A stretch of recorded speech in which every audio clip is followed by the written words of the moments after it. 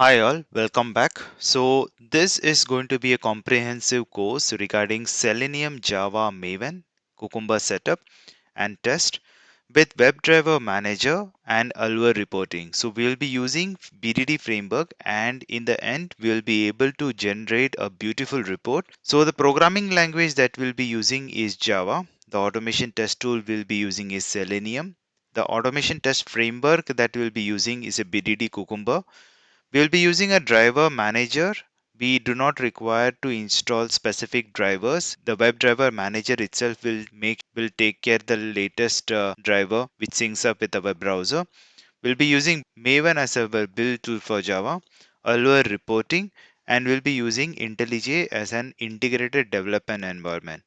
So we'll be doing this comprehensive step-by-step approach. The first step that we'll be doing is we will be installing IntelliJ in the local machine. The second step that we'll be doing is we'll be verifying Java in local machine, and if required, we'll be installing it and setting up system variable and environment variable. The third step that we'll be doing is verify Maven in local machine and if required install it. Step number 4 we'll be doing is create a Maven project and Cucumber plugin. Step number 5 will install dependencies related to Cucumber, that is Cucumber Java, Cucumber JUnit, Cucumber Co, and make sure the versions are correct. Step number 6 is we'll be doing is Selenium WebDriver dependency. We'll be using the latest version, which is version number 4. We'll be setting up WebDriver Manager for our pom.xml. This will make sure our Chrome driver version is consistent with our Chrome version as such. In step number 8, we'll be adding folder structure in the project. Step number 9, we'll be looking at the introduction to BDD framework. Step number 10, we'll be having a look at the application under test and the tests that we have to code as well as design. Step number 11, we'll be looking at page object model concept. We'll be adding the pages based on the page object model concept, that is reusability, scalability, and maintainability framework. We'll be looking at step number 12, adding pages to the project. Step number 13 will be adding step definitions. Step number 14 will be invoking WebDriver Manager. Step number 15 is where we will start designing and coding our first test, which will involve the test boxes as well as web elements. Step number 16 will be design and coding second test, which will involve reusability of step definition and pages as such. Step number 17 will be designing and coding third test, which will be involving web table web element. This requires specific web element locators, and during all this process we'll be looking at using best practices as well as how to identify the elements in the DOM through the better element locator approach. And step number 18 will be last. We will be looking at configuring the Allure report in the BDD framework. Allure reporting is a beautiful reporting as such. So stay tuned and let's look at the step number 1. So for installation of Intellij IDE in the local machine, what you need to do is you need to click on Google and then look for an Intellij Community Edition. You can search this in your browser and then you can click on the download Intellij, the leading Java and Kotlin IDE. Once you click on the link, the first link that you will be able to see is Intellij IDEA Ultimate, but you do not require to have Ultimate version. What you need to have is the Community Edition, which is free for you, and you can select as download based on your requirement, whether you need a .zip file or .exe file. But .exe file is a better option. You can click on download and this will get automatically downloaded in your default downloads folder. Now once this has got downloaded, what you can do is you can go to your downloads folder and just double click on this .exe file, and once you double click on the .exe file in your downloads folder, you will be able to see something like this, which is Intellij IDEA Community Edition Setup. You can click on next, and what it will do is it will select a C drive, which is a default folder in your machine, and it will try to get installed over there. So this is the path. You have to make a note of this path, which is C drive, program files, JetBrains, Intellij IDEA Community Edition. Okay, so the version which I have in my machine currently is 2022.3.2. You can select whatever is related to your specific version. It could be 2023 as well, but it will same as what I have in my machine. So I'll just click on next, and then it will give a destination folder where exactly do you require to install it. Click on next, next, next, and you will be able to get a successful message that the installation has really happened in your machine. Now, once the installation has happened in your machine, you have got a successful message. You can go into your search bar in your machine and then just search here as IntelliJ, and you will be able to see that the moment you type IntelliJ in your search button, you will be able to see that something like this is getting opened up, which is Intellij IDEA Community Edition 2022. So you can double click or single click on this particular window, and something like this will open up, which is welcome to IDEA, and you can click on create a new project to start with, which will be starting soon, or you can customize and look at the plugins, or click on learn just to learn about IntelliJ. But what I would suggest is we have to create a new project. Okay, so this was my intention, that you at least install IntelliJ IDEA, and something like this window should open up, so that you understand, okay, IntelliJ is really set up. Before creating the new project, we have to make sure that our Java and Maven is really set up correctly in our local machine. So those couple of steps we will be doing soon in the next section. So we are done with step number 1, which is installation of IntelliJ IDEA in local machine. Now the second step that we'll really require to do is a prerequisite, which is step number 2, verify Java in local machine, and if required we have to install it, and then setting up the system and the environment variable. Now let's get that done. For verifying whether the Java is really present in a local machine, what we need to do is we need to search a command prompt in our machine. So I'll just click on this search button over here, and I'll just type over here as command prompt. I'll just single click on this, and something which like this will open up, which is a command prompt. Now it will by default go to a path which is C users and then your user, which is specifically in your machine. Now I'll enter a simple command, which is Java hyphen hyphen version in this particular machine, and press enter on my keyboard. Now what I have got here is Java 11.0.19. What it means is Java is really set up in this machine. Now it may happen that you might not have Java in your machine, which might show that it's not able to understand the command of Java. If that is the case, that you have to install Java in your machine and set up the system variables. Okay, I'll explain that step as well. Now what we need to do is we need to search in a browser as Java and download, and press enter on our keyboard, and you will be able to see that there are a couple of links over here. One is Oracle link and another is directly a Java link.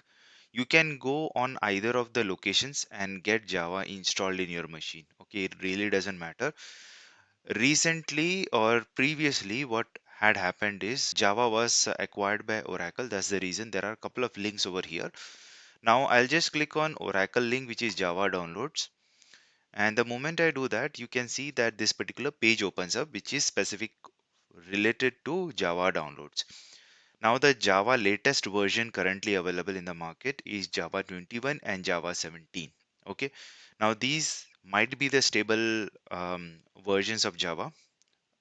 But what I have done is I have selected something which is JDK 11. Now I just scroll a little bit down, and you can see that Java 8 version is also available and Java 11 version is also available. Now it depends on you what you really need to select. Now I have selected Java 11 for the purpose of stability.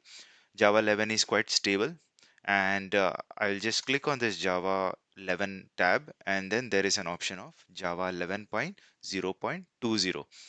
Now depends on your OS, which is operating system, whether which operating system do you have in your local machine, and then you can get it installed in your local machine. Now I have Windows currently, which I'm using in this particular video.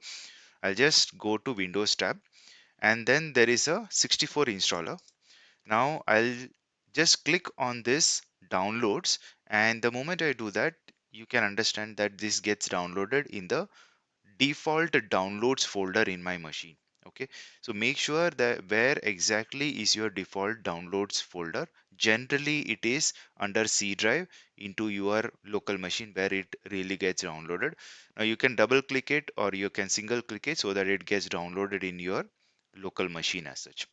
Now, once you have downloaded your particular .exe file, you can double click on that particular .exe file and you will be able to see that some window will get appeared and you can get it installed specifically in your machine. Just proceed with particular steps of installation of Java, and then you'll be able to make sure that you understand where exactly the Java has got installed. Now by default, I'll just explain where exactly Java gets installed, and I'll show in my machine as well.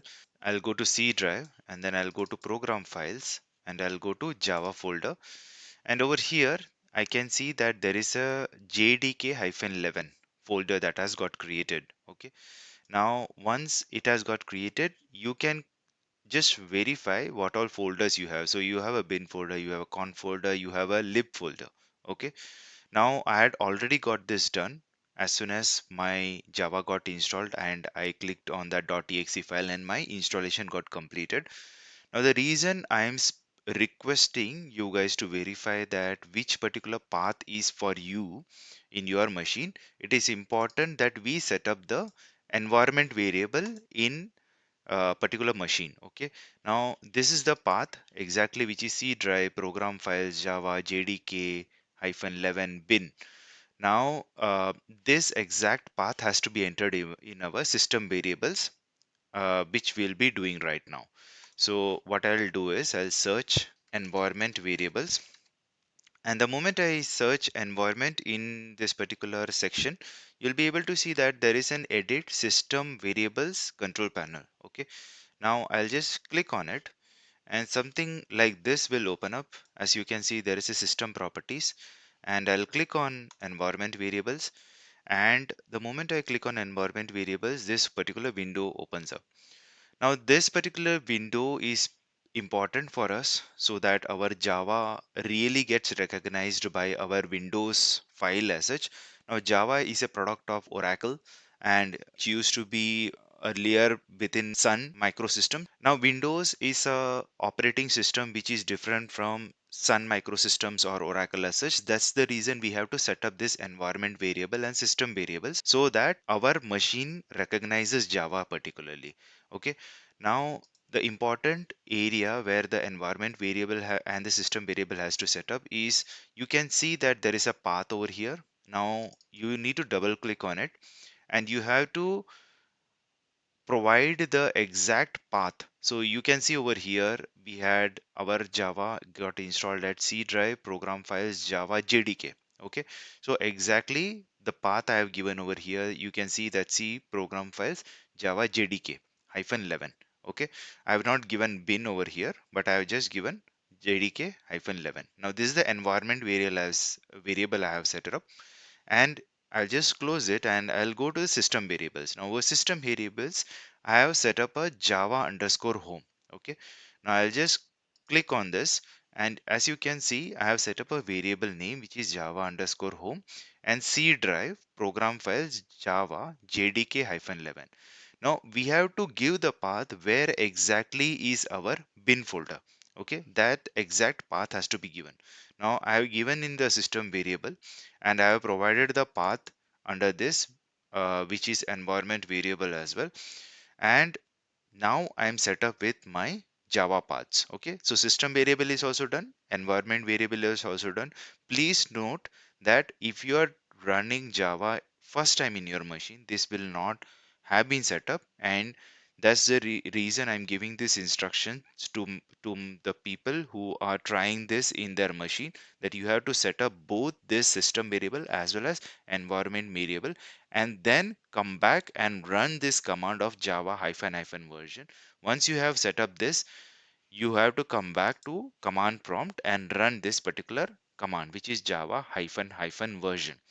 And the moment you do that, you can see that you are getting a response back as some kind of version that you have already set up. Okay, so my PC contains Java 11.0.19. That's the reason it is showing over here as Java 11.01.19. Now you might have installed Java 11.0.20, that will get appeared over. Okay, so this is important in order to proceed for setting up our project as such. All right, now our step number 2 is also done, which was a prerequisite. Now what we have to do is a prerequisite verify Maven whether it's really present in our local machine or not. If it is not present, what we have to do is we have to install it. Okay, and then the setting of the system and the environment variable. Now this is very similar to our step number 2, but it is little different as well. That's why I had to set it up that this is a prerequisite before we proceed. Now what we have to do is similar to what we did in the step number 2. We will go to command prompt. So I'll just search command prompt here, and something like this will open up as a command prompt. Now I have to enter a command over here, which is mvn and hyphen version. Okay, and press enter on my keyboard.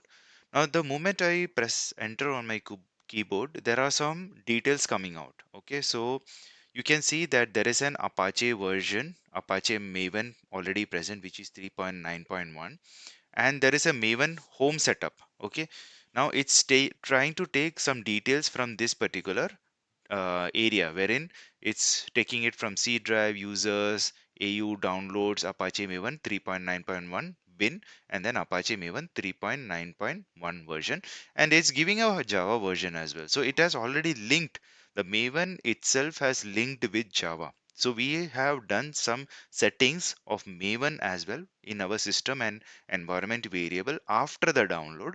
That's the reason it is showing, okay, the Maven is already present.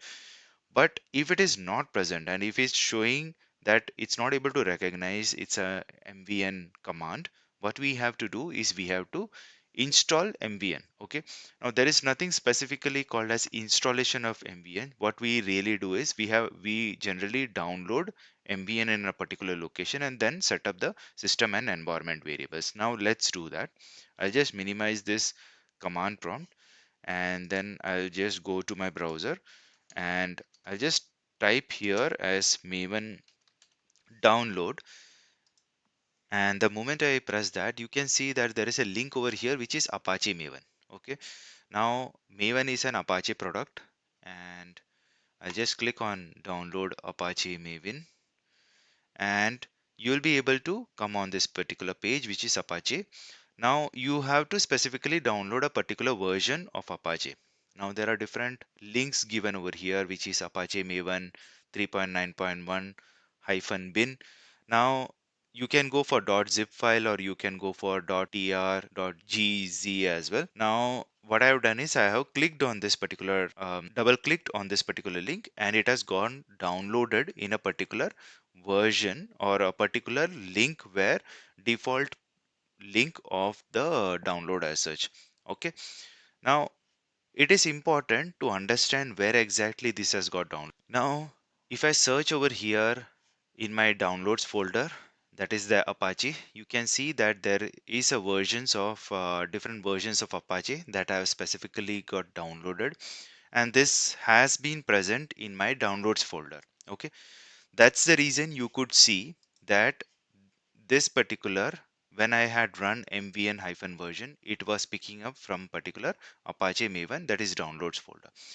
Now once you have got downloaded this particular file, you need to zip it, or you have to unzip these files, and you have to try to retrieve the location, exact location of the Apache Maven. And once you have understood where exactly is your Apache Maven, you have to search for environment again, which we had done in this our step number 2.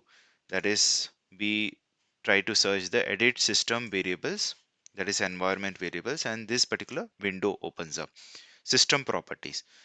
Now in this system properties, there is a folder, there is a button which is environment variables. I'll just click on that, and you'll be able to see that there are environment variables and the system variables. Okay, now for the environment variables we have to set up a path. I'll just double click on this path, and you can see that I have specified a particular path over here, which is percentage maven underscore home percentage backslash bin. Okay, you need to specify this particular path exactly as it is appearing over here. Otherwise you will not be able to map the maven into your local machine.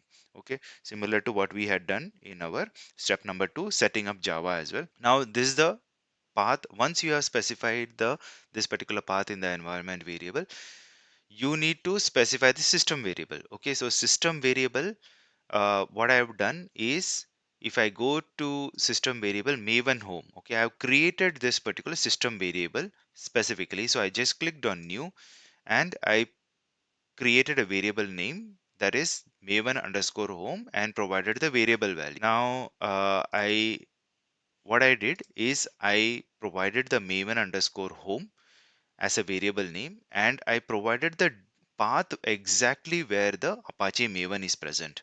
Okay, now you can see that this is the downloads folder which where exactly it had got downloaded. So I'm not installing Maven anywhere. Okay, similar uh, in the step number 2, we had what we had done is we had specifically installed Java, but here we are not installing Maven.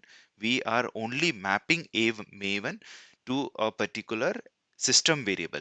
Okay, so once you have set up the Maven underscore home and you have provided the path, as you can see that the Maven underscore home variable is exactly similar to what we had specified in the environment variable as well. So if I go to path, I had already specified Maven underscore as a bin. So that is the mapping that I'm doing in my environment variable and the system variable. Okay. Once you have set up this, what you need to do is you need to go back to your command prompt and run your mvn-version. And what you will be able to get is Apache Maven 3.9.1. That means your Maven is also set up in your machine. So we are done with our step number 2 as well, step number 3 as well, which is verify Maven and then setting up the system environment. So we installed IntelliJ, and then we have set up Java as well in our machine. We have set up Maven also in our machine. Now let's proceed with step number 4. Alright, so once we have installed IntelliJ in our machine and we have made sure that Java as well as Maven is also installed in our machine, what we can do is we can go to our search in our machine, and then we can just search as IntelliJ. And once we have opened up IntelliJ, it will look something like this, like welcome to IntelliJ IDEA. And then because I have created different projects altogether, I'm able to see projects over here. But what you can do is, if you don't have a project, you can click on new project, and what will happen is this whole new project will get opened up. Okay, now this whole new project is our Cucumber related project, which we are going to set up totally new from scratch. And it is important that we provide the name of our new project. So in this case, what I'll do is I'll just type here as Selenium Cucumber and then WebDriver Manager as my project name. Okay, so by default, it is selecting a location in my PC. That is, it has already created a folder called idea projects over here, and it will be the local location where exactly this project will get hosted. Okay, so make sure that this particular selection is done. If you are not happy with this location, what you can do is you can kind of select on this folder, and then you can specify where exactly do you really want this particular project to get saved. Okay, after that you can select language over here as Java and the build system as Maven. And the first time that you are trying to install your IntelliJ, your IntelliJ might not auto detect the JDK. Okay, so JDK is a Java development kit, and it is important that your Java development kit is really mapped to your IntelliJ. Okay, so if you are not able to see a Java version over here, what you can do is you can click on this drop down, and then you can click on this particular button, which is add JDK, which is add Java development kit. So once you select this folder, you'll be able to select where exactly is your Java present in your machine. Okay, so because you had installed Java in your machine, what you can do is you can select as program files and then try to look at the folder which is Java, which might already been created in your machine, and then you can click on that Java folder, and under that folder you will be able to see that there is a JDK, which is Java Development Kit, present in your machine. Okay, so it is important that you select this JDK and click on OK, and once you click on OK, you will be able to see that it is giving a 11 version over here, or whatever version you have in your machine, that will get selected over here and it gets kind of mapped. Okay, now what we have to do is we will click on create. Once you click create, what will happen is your whole project will get created. So this is a brand new project that we have got created, which is Selenium Cucumber WebDriver Manager. Okay, so this project contains a POM file. So you might be able to see a POM file, which is a project object model. That's the whole meaning of it. Now you can add different dependencies now, because we are going to create a framework which involves Selenium as well as Cucumber.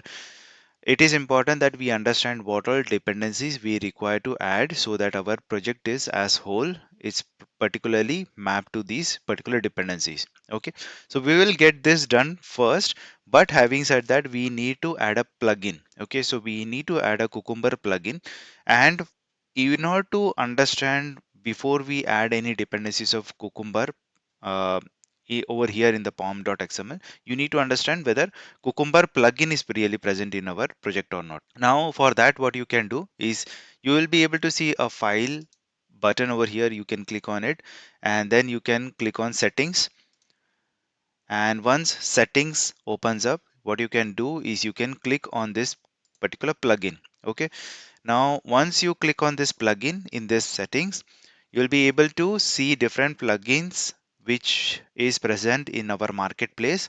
And what I'll do is I'll just search here as Cucumber as a word over here, and you can see that different Cucumber plugins are present. Okay, so there are different plugins which are Cucumber for Scala, Cucumber for Java, Cucumber Plus, and then Cucumber for Groovy, Kotlin. All those are present.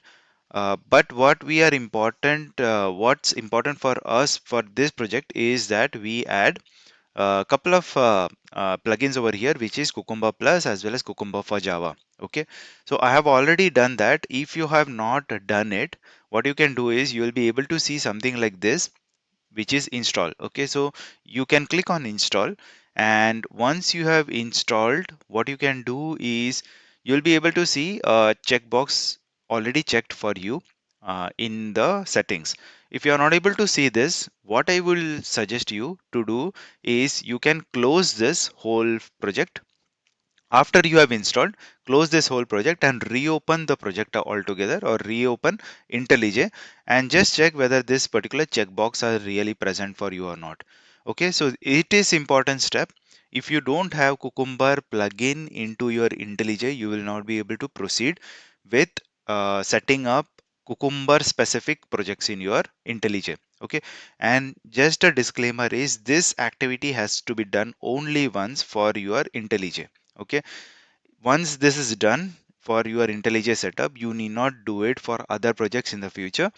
This is just one time activity. Okay, so make sure this checkbox are present, and after you have made sure that these two checkbox are present, what we can do is we can close the settings modal as such, and then you can add dependencies. Okay, so let's do that next.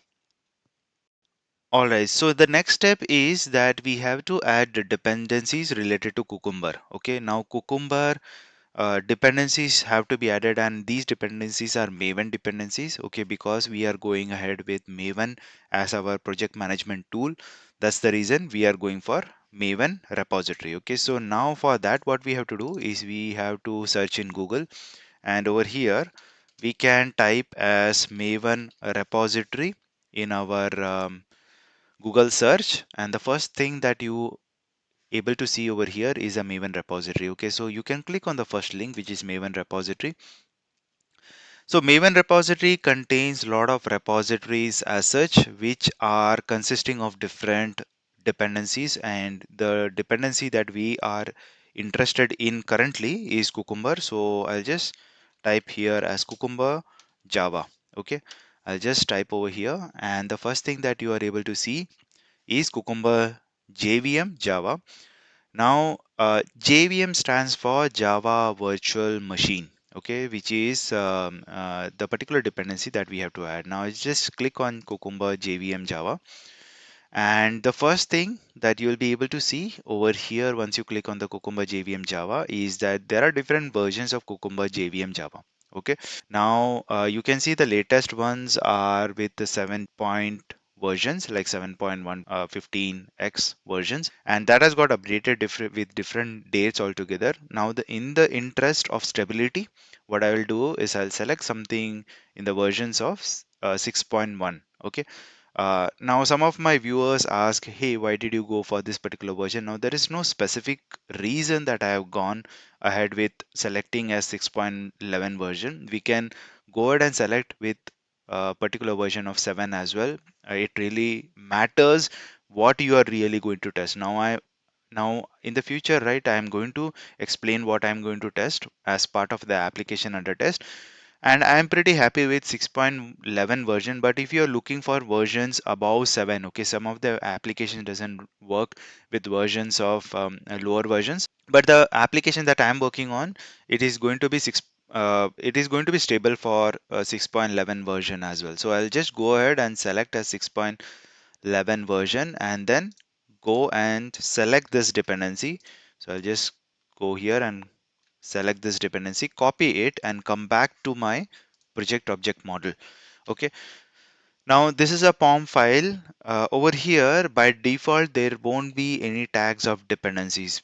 Please mind that it is very important. Now, some of the viewers, right, they try to tend to search, hey, where are my tags of dependencies? So by default, there won't be any tags of dependencies in your project object model, but we will have to add that. So I'm just adding that.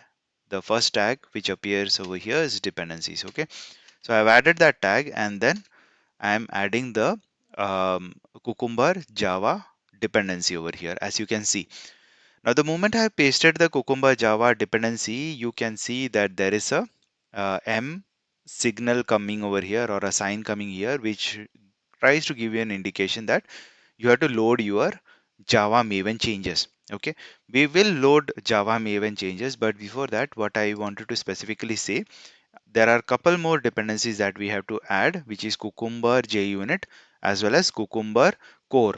Okay, so what I'll do is I'll go back to my Maven repository and I'll search as Cucumber core and then press enter on my keyboard, and then you can see that there is a Cucumber JVM core. Okay, so I'll just click on it and I'll select the version that I had specifically selected. This is very important for the viewers to understand that the versions of Cucumber core has to match with Cucumber Java, the earlier dependency that we had added. Okay, so Cucumber Java we had selected specifically this version 6.11.1.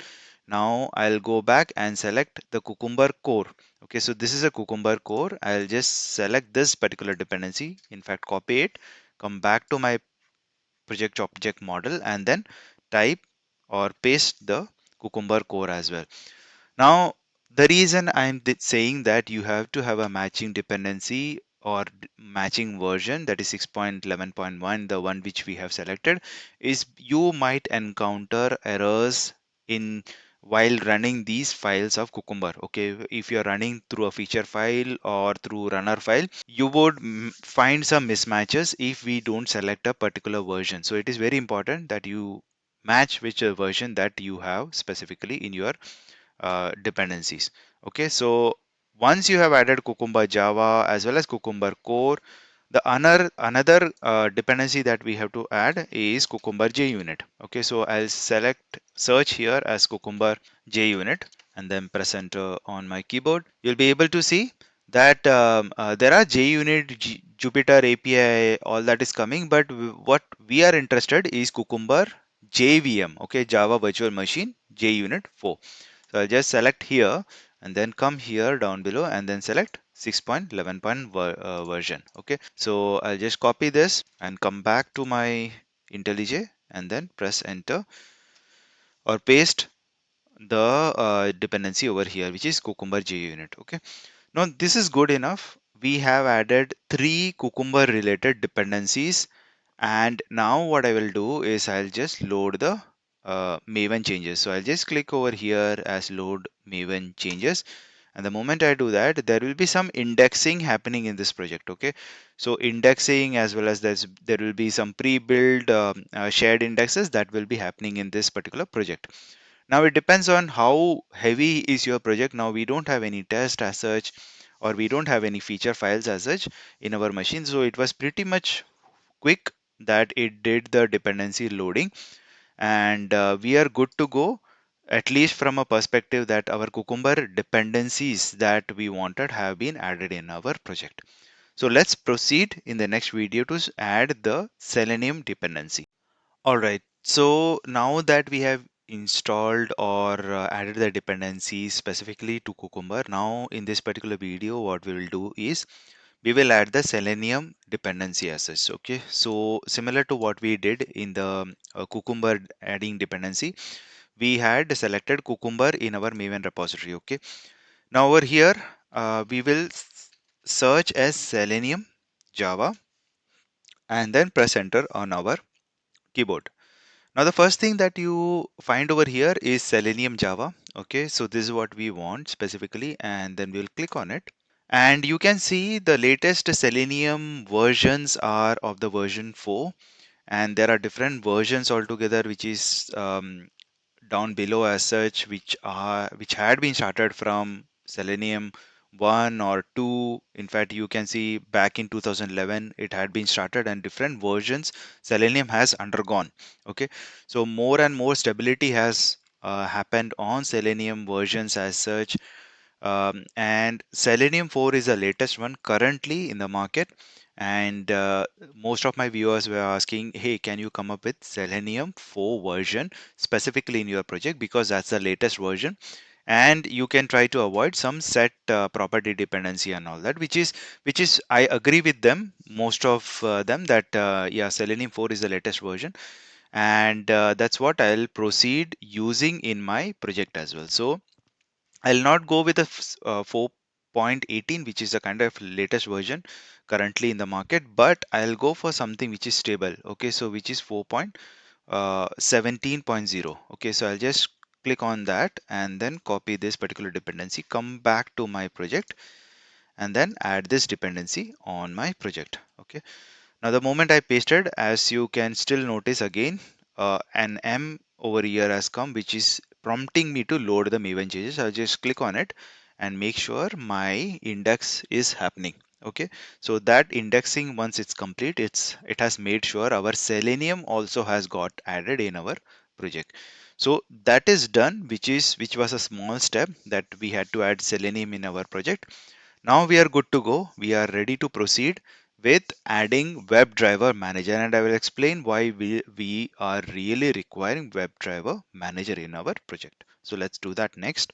All right, now in this particular video, what I'll try to explain is something about the Selenium WebDriver Manager. Okay, now Selenium is an automation tool which has been using WebDriver concept. Okay, so this is specific to Selenium because we are using a driver in our machine. Okay, so I'll just explain how it really works. Is I've opened up a Google Chrome in my machine. Okay, now this Google Chrome version, if I go on the version to understand, if I click on this help of this Google Chrome, and if I click on this version of Google Chrome that I'm using in my machine, you can see that it is up to date. Okay, now there is a version of 121.0.6167.189. Now, what really happens as a tendency in our machines is this particular versions of Google Chrome will get auto upgraded. Okay.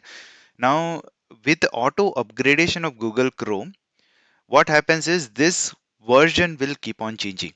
Okay, it will go to 122, for example, it will go to 123, for example, and it is very difficult for us to maintain a driver associated with it. Okay, so you can imagine that there are different Google Chrome drivers which are present in the market. Okay, Google comes with Google Chrome drivers. Now if you go and search in a Google Chrome drivers as such, what you will be ending up to know is that there is a section of WebDriver for Chrome downloads. So if you click on this, and if you look at this versions, okay, so currently you can see that the Chrome version is 115 or newer. So it means that every time the Chrome gets upgraded or Google comes with a new versions of Google Chrome, even the Chrome driver needs to upgraded.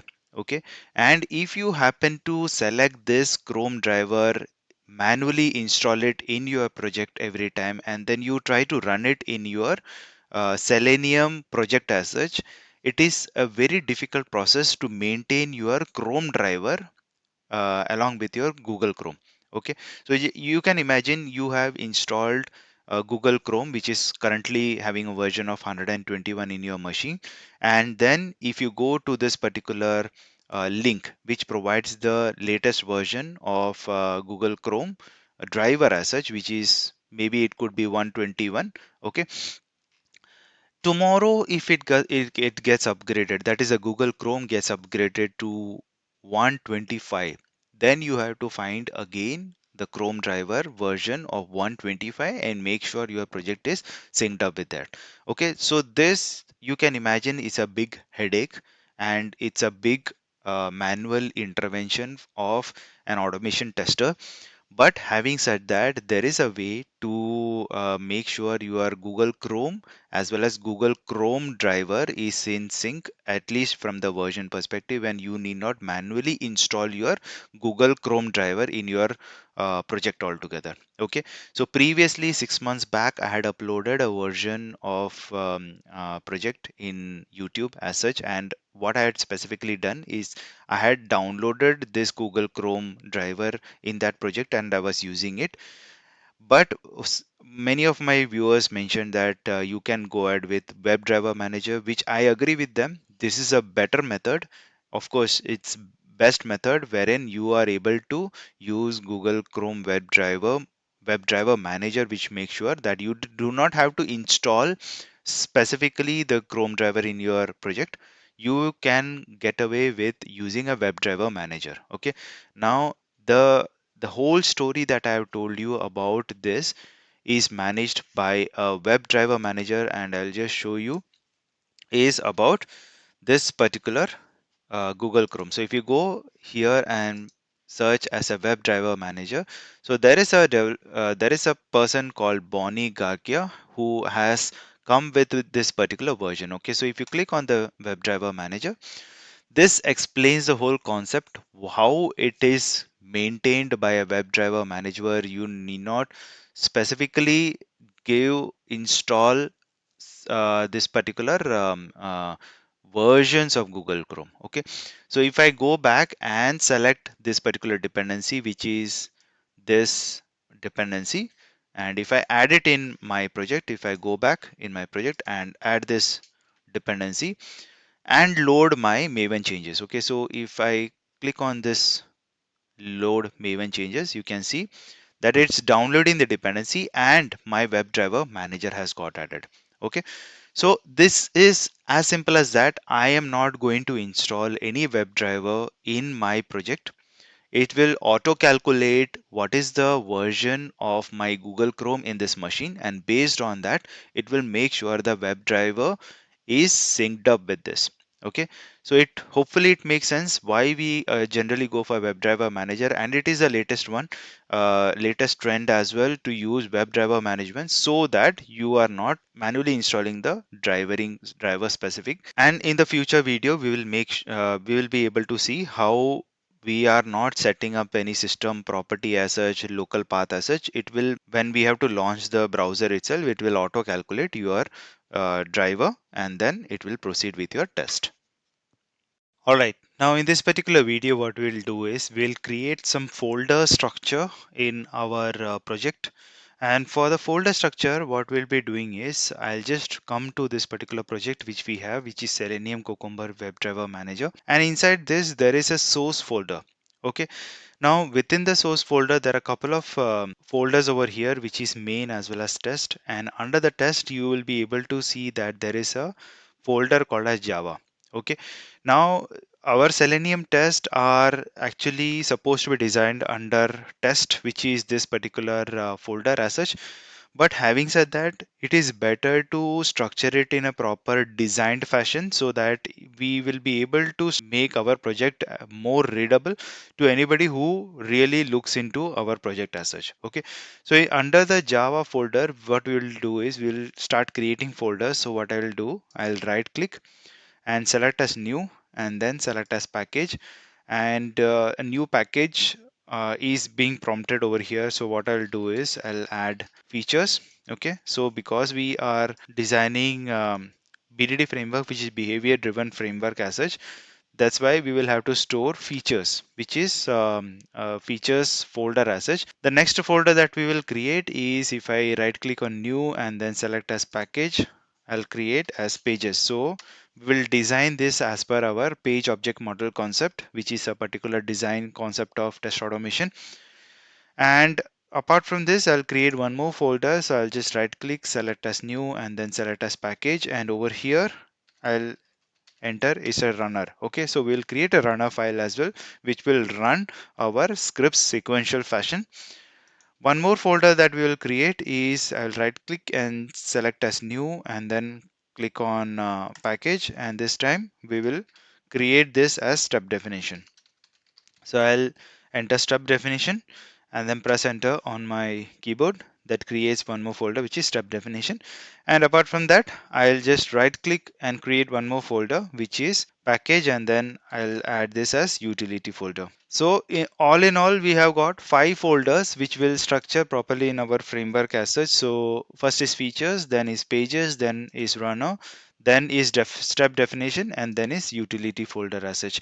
All right, so once we start designing or write our scripts, what is important factor is to understand what all these folders important as such, and one on one I'll just explain what are these features, pages, runner, step definition, and utility folder as such when we design our scripts as such. So let's proceed. All right, now I just wanted to give a quick introduction to what's a BDD framework. Now, BDD framework, that is behavior driven development approach, allows the testers and the business analysts to create test cases in simple test language, generally English. And behavior driven development is a agile software development methodology in which an application is documented and designed around the behaviors a user expects to experience when interacting with it. BDD also offers the ability to enlarge the pool of input and feedback to include business stakeholders and end users who may have little software development knowledge. Due to this expanded feedback loop, development teams may more readily use BDD in continuous integration and continuous delivery environments. Now, there is a given when then formula. It's a template intended to guide the writing of acceptance tests for a user story. Given some context, when some action is carried out, then a particular set of observable consequences should obtain. Now, tools such as Cucumber encourage using of this template, though it can also be purely as heuristic, irrespective of any tool. All right, now that we have created the folders in our project altogether, which is features, pages, runner, step definition, and utility. And apart from that, we have understood what is a BDD framework and how the BDD framework is supposed to be designed in a given when then format. We have to add some feature files in this folder, which is features. Okay, so we had created a folder called a features, but we need to add those features over here. Okay, now, before starting the features altogether, we need to understand what we are automating, what is our application under test, and what are the features which have to be added in this folder. Okay, so for a demonstration purpose, what we have done is we have uploaded application under test, and this application under test is a live demo application which is Ace Online Shoe Portal. It's a dummy or a demo project altogether, or a web application as such, just for practice purposes. And as you can see, this is the home page of the application under test, which once it has been launched, you will be able to see that this particular is a landing page, okay, which is the home page altogether. And you have to make a note of this particular URL, which is given over here. Okay, now, once you hit this particular URL, you will be able to see this is the home page. But once the user clicks on this particular hamburger menu, so there is a hamburger menu on this home page, and if you click on this hamburger menu, this particular left widget opens up. Okay, now this left widget has different links altogether, and the links that we have as part of our test criteria is couple of links. One is sign in portal and another is our online products. Okay, so if you click on sign in portal, what really happens is you land on this particular sign in page. Okay. Now this sign in page consists of different web elements, which are username text as well as password text. Okay. Now these are couple of test boxes over here, and there are a couple of buttons over here. And what happens is if the user is able to type something as in username and password and click on login, you'll be able to see that the user has logged in into this particular product category page. Okay, now there are three categories over here. One is the formal shoes, second is the sports, and third is the sneakers. Now this is what happens if the user clicks on the login button as such. Now if the user is new, what the user might be able to do is user might be able to click on new user question mark register here. Okay, now this button if clicked, the user will be able to land on user registration page. And as you can see, there are different text fields over here, as well as there is a drop down over here which is Mr. Salutation and Mr. Mrs. and Miss Salutation, and then on the bottom there is a submit button altogether. Okay, so our web application under test is this one. So we have three tests that we will try to automate in this particular whole video. What the user will be able to also do is they will be able to click on the hamburger menu, and once the hamburger menu opens up, they will be able to click on the online products. Okay, once they appear on the online products, as you can see, there are three categories over here, which is formal shoes, sport shoes, and sneakers. Okay, now if the user is clicking on this drop down button, which is right under formal shoes, you can see that there is a web table which the user is shown, and the web table has different shoe names, shoe color, available size, and all those kind of details. So we will add one more test that the user is able to navigate to this particular product category page or online products page, and they are able to view this particular shoe name, which is the first shoe name, which is Classic Cheltenham. Okay, this is a kind of a brand shoe which is available in ASL online products as such. So we'll put this validation as well. All right. So just to reiterate, there are three tests that we require to conduct. One is the user is clicking on the hamburger menu, and once they click on hamburger menu, they are clicking on the sign in portal. And once they click on the sign in portal, they enter the username and password, and they click on login page. These three categories or product category page is coming, at least from a perspective that the user is able to navigate. This is the first test.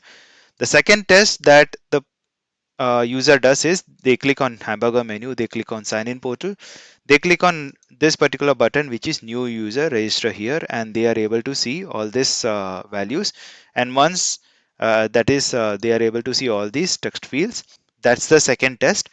Apart from that, the third test is that the user is able to click on the hamburger menu and click on online products. Once they click on online products, there is formal shoes, sports shoes, sneakers, and they once they click on the drop down right below the formal shoes, you can see that there is a Classic Cheltenham as the first shoe name that appears. So these are the three test cases that we have to automate in our Selenium automation BDD framework as such. All right. Now that we have understood what all tests we have to automate in our application and how our application looks like, it is important that we structure these test cases into features, okay, in given when then format, which we already had a look. So let's create some features under this particular folder, which is features. Okay. So what we do is we right click and then select as new, and we don't have specific feature file type as such, but what you can do is you can create a feature file by clicking on this file. Okay, now once you click on this file, it will ask for new file altogether, and then what I can do is I can type here as login.feature and then press enter on my machine. Now as soon as I press enter on my machine, you might have noticed one thing, that logged in.feature.created, and there is a symbol of a cucumber. Okay, so what it means is there is it identified this file is a cucumber file, and that's how it gets identified. And after that, what we can do is we can write the given when then format over here. So before we write a given when then format, what we need to do is we need to provide the feature name as such. So I'll just type here as feature, and I'll just provide here details about what this feature does. So what I'll do is logged in user view. This is a feature name, and after this I can write scenario, and the moment I type scenario, you can see that there is an intelligence with IntelliJ is giving me, and then I can type here validate user is able to view after login. So this is a scenario, and then I'll provide the given when statements. All right, now I'll provide the details like what's the user. I'll provide the given statement. All right, so our given statement is user navigates to the login page, and when statement, when user successfully enters the login details, when user, and then statement, user should be able to view the product category page. All right, now this is the logged in feature. Now we'll create one more feature, which is our second test. So I'll just right click or hover on top of new and then click on file. I'll type it here as new user registration dot feature, press enter. All right, so I have pasted here the feature file, okay, which is new user registration view, and validate new user is able to view after clicking on new registration. And I'll just pass on the third feature. I'll just right click, hover on top of new, and then file as click on file, and then so this is a general user view. So what will happen is that without login or new registration, two, we can validate this.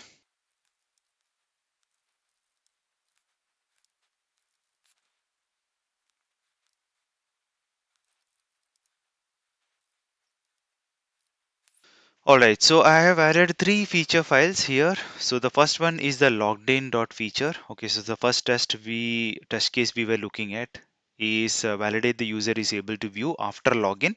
Okay, user navigates to the login page. User is successfully enters the login details, and then user should be able to view the product category page. Now the second one is a new user registration dot feature, which is validate new user is able to view after clicking on the new registration, and we have a given when then statement. Now if you notice one thing, right, this particular statement of given is exactly equal to the this particular given statement. So we are kind of doing a reusability over here. Some of the statements will be reusable, and that's the idea about this framework as well. That's how we should be designing it. And the third test case is a general view user view. Okay, now the general we use user view is that validate general user. So we are not logging in. Without the logging in, we are navigating to the online products page and then clicking on the formal shoes drop down, and user is able to view the products. Now we will refine this third test case, don't worry. Our test was supposed to be the first shoes that we viewing is should be the classic Cheltenham formal shoes. Okay, it's a brand, classic Cheltenham. We are supposed to have it as a validation in our test case. But when we will write the test case, we will make sure that we are catering to that as well. Okay, so that's the whole idea. We have created the feature files, and in the next thing what we will be doing is we will create the pages. Okay, so the next thing which we will create is the pages and step definition as well. So pages has to be created in a format of the page object model concept, and that is the framework that we have to design page object model, which is a most widely used test automation framework, and it is good in reusability, maintainability, and scalability as well from our automation perspective. So let's do that.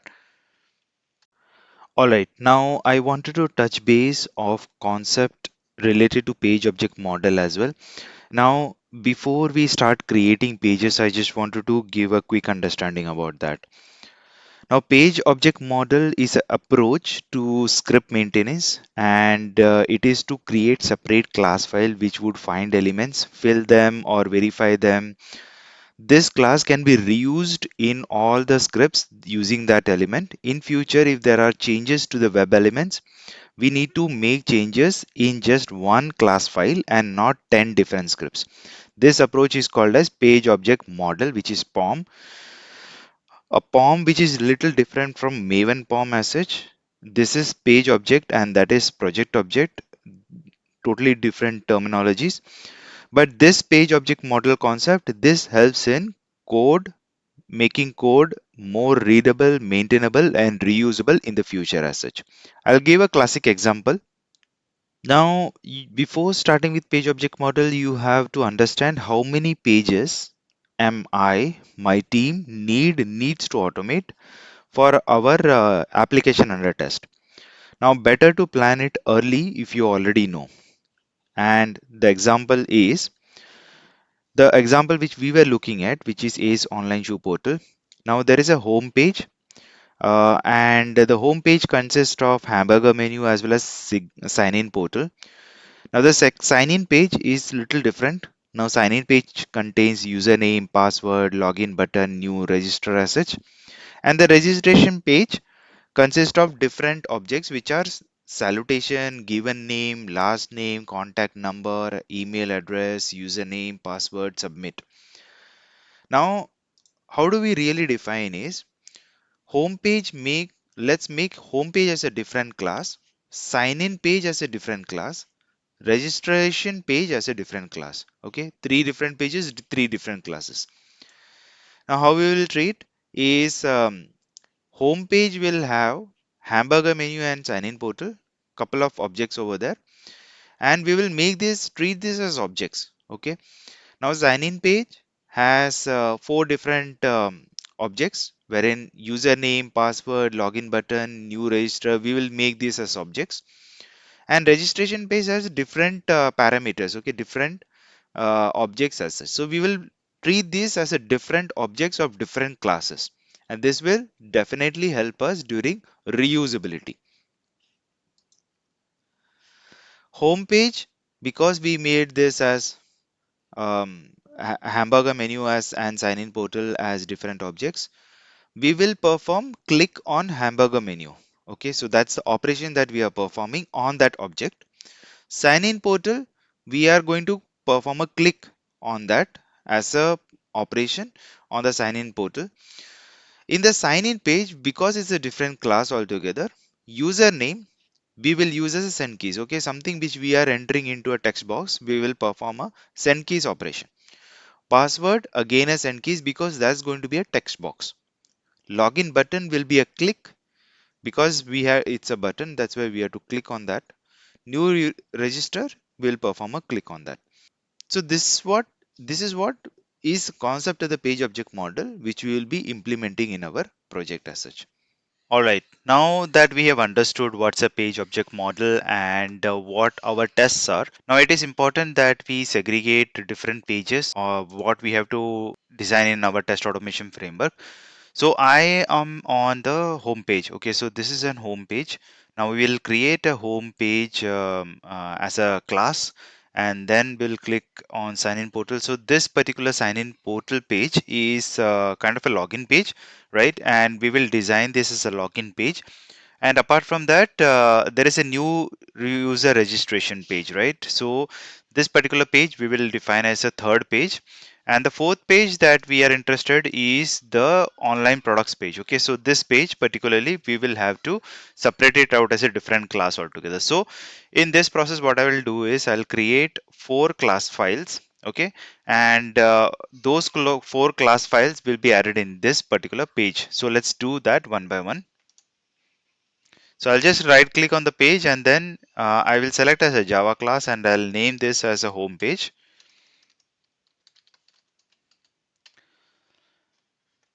And the other pages as well. So I'll create a class. Now this will be login page. The third one will be registration page, and the fourth one will be online products page.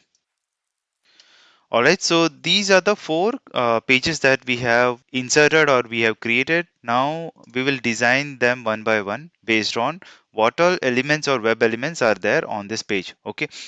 Now, in order to capture the elements on this particular web page, what is important for us to understand is what is the element properties. Okay, so web element properties. Like for example, you are on a home page. Okay, now this is how the home page looks like, and the first action that you have to perform is you have to click on this hamburger menu. Now you will not be able to click on this hamburger menu if you don't know what is the element properties of this particular hamburger menu.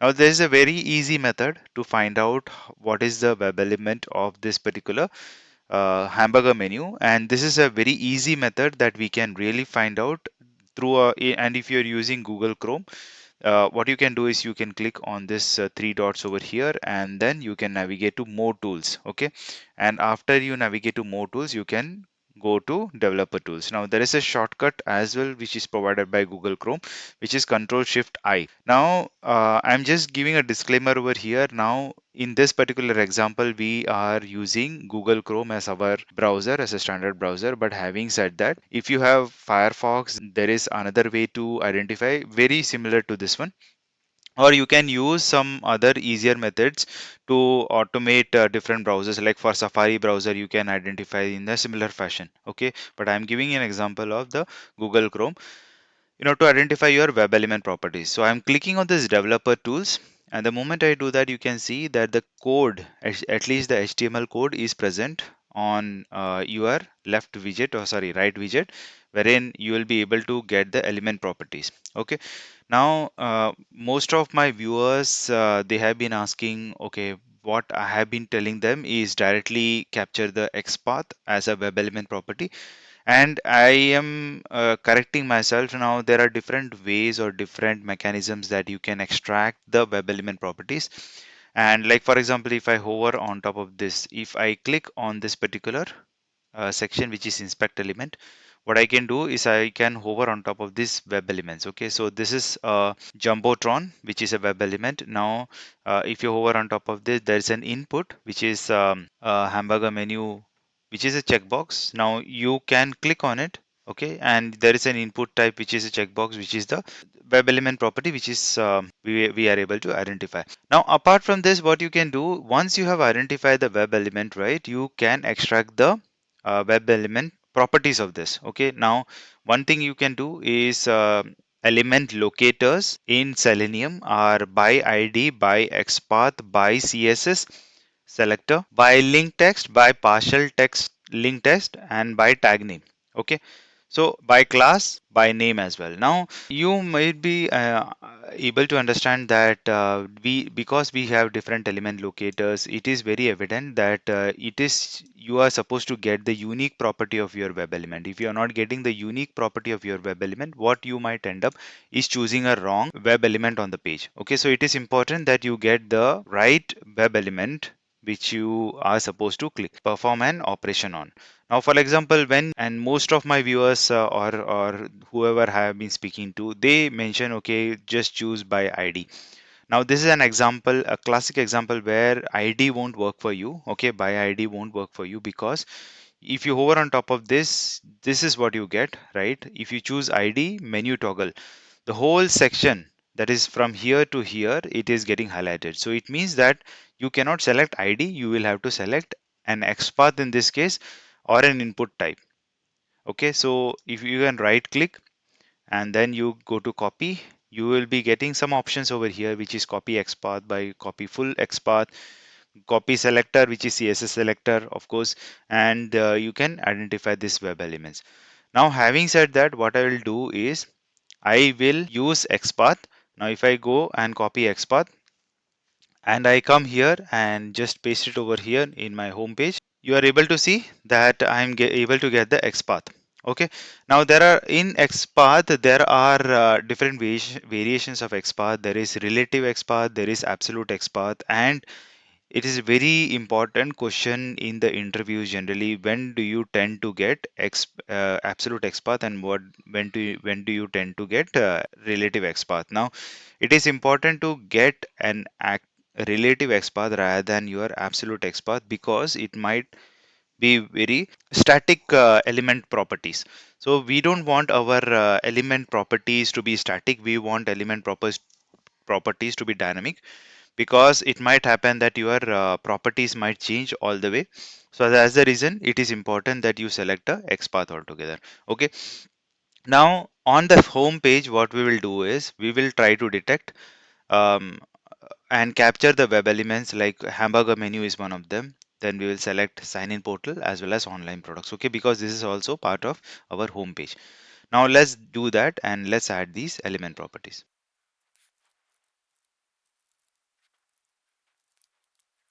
All right, so we have declared the hamburger menu XPath, okay, and now we will declare the sign in path link XPath as such. So we'll add that.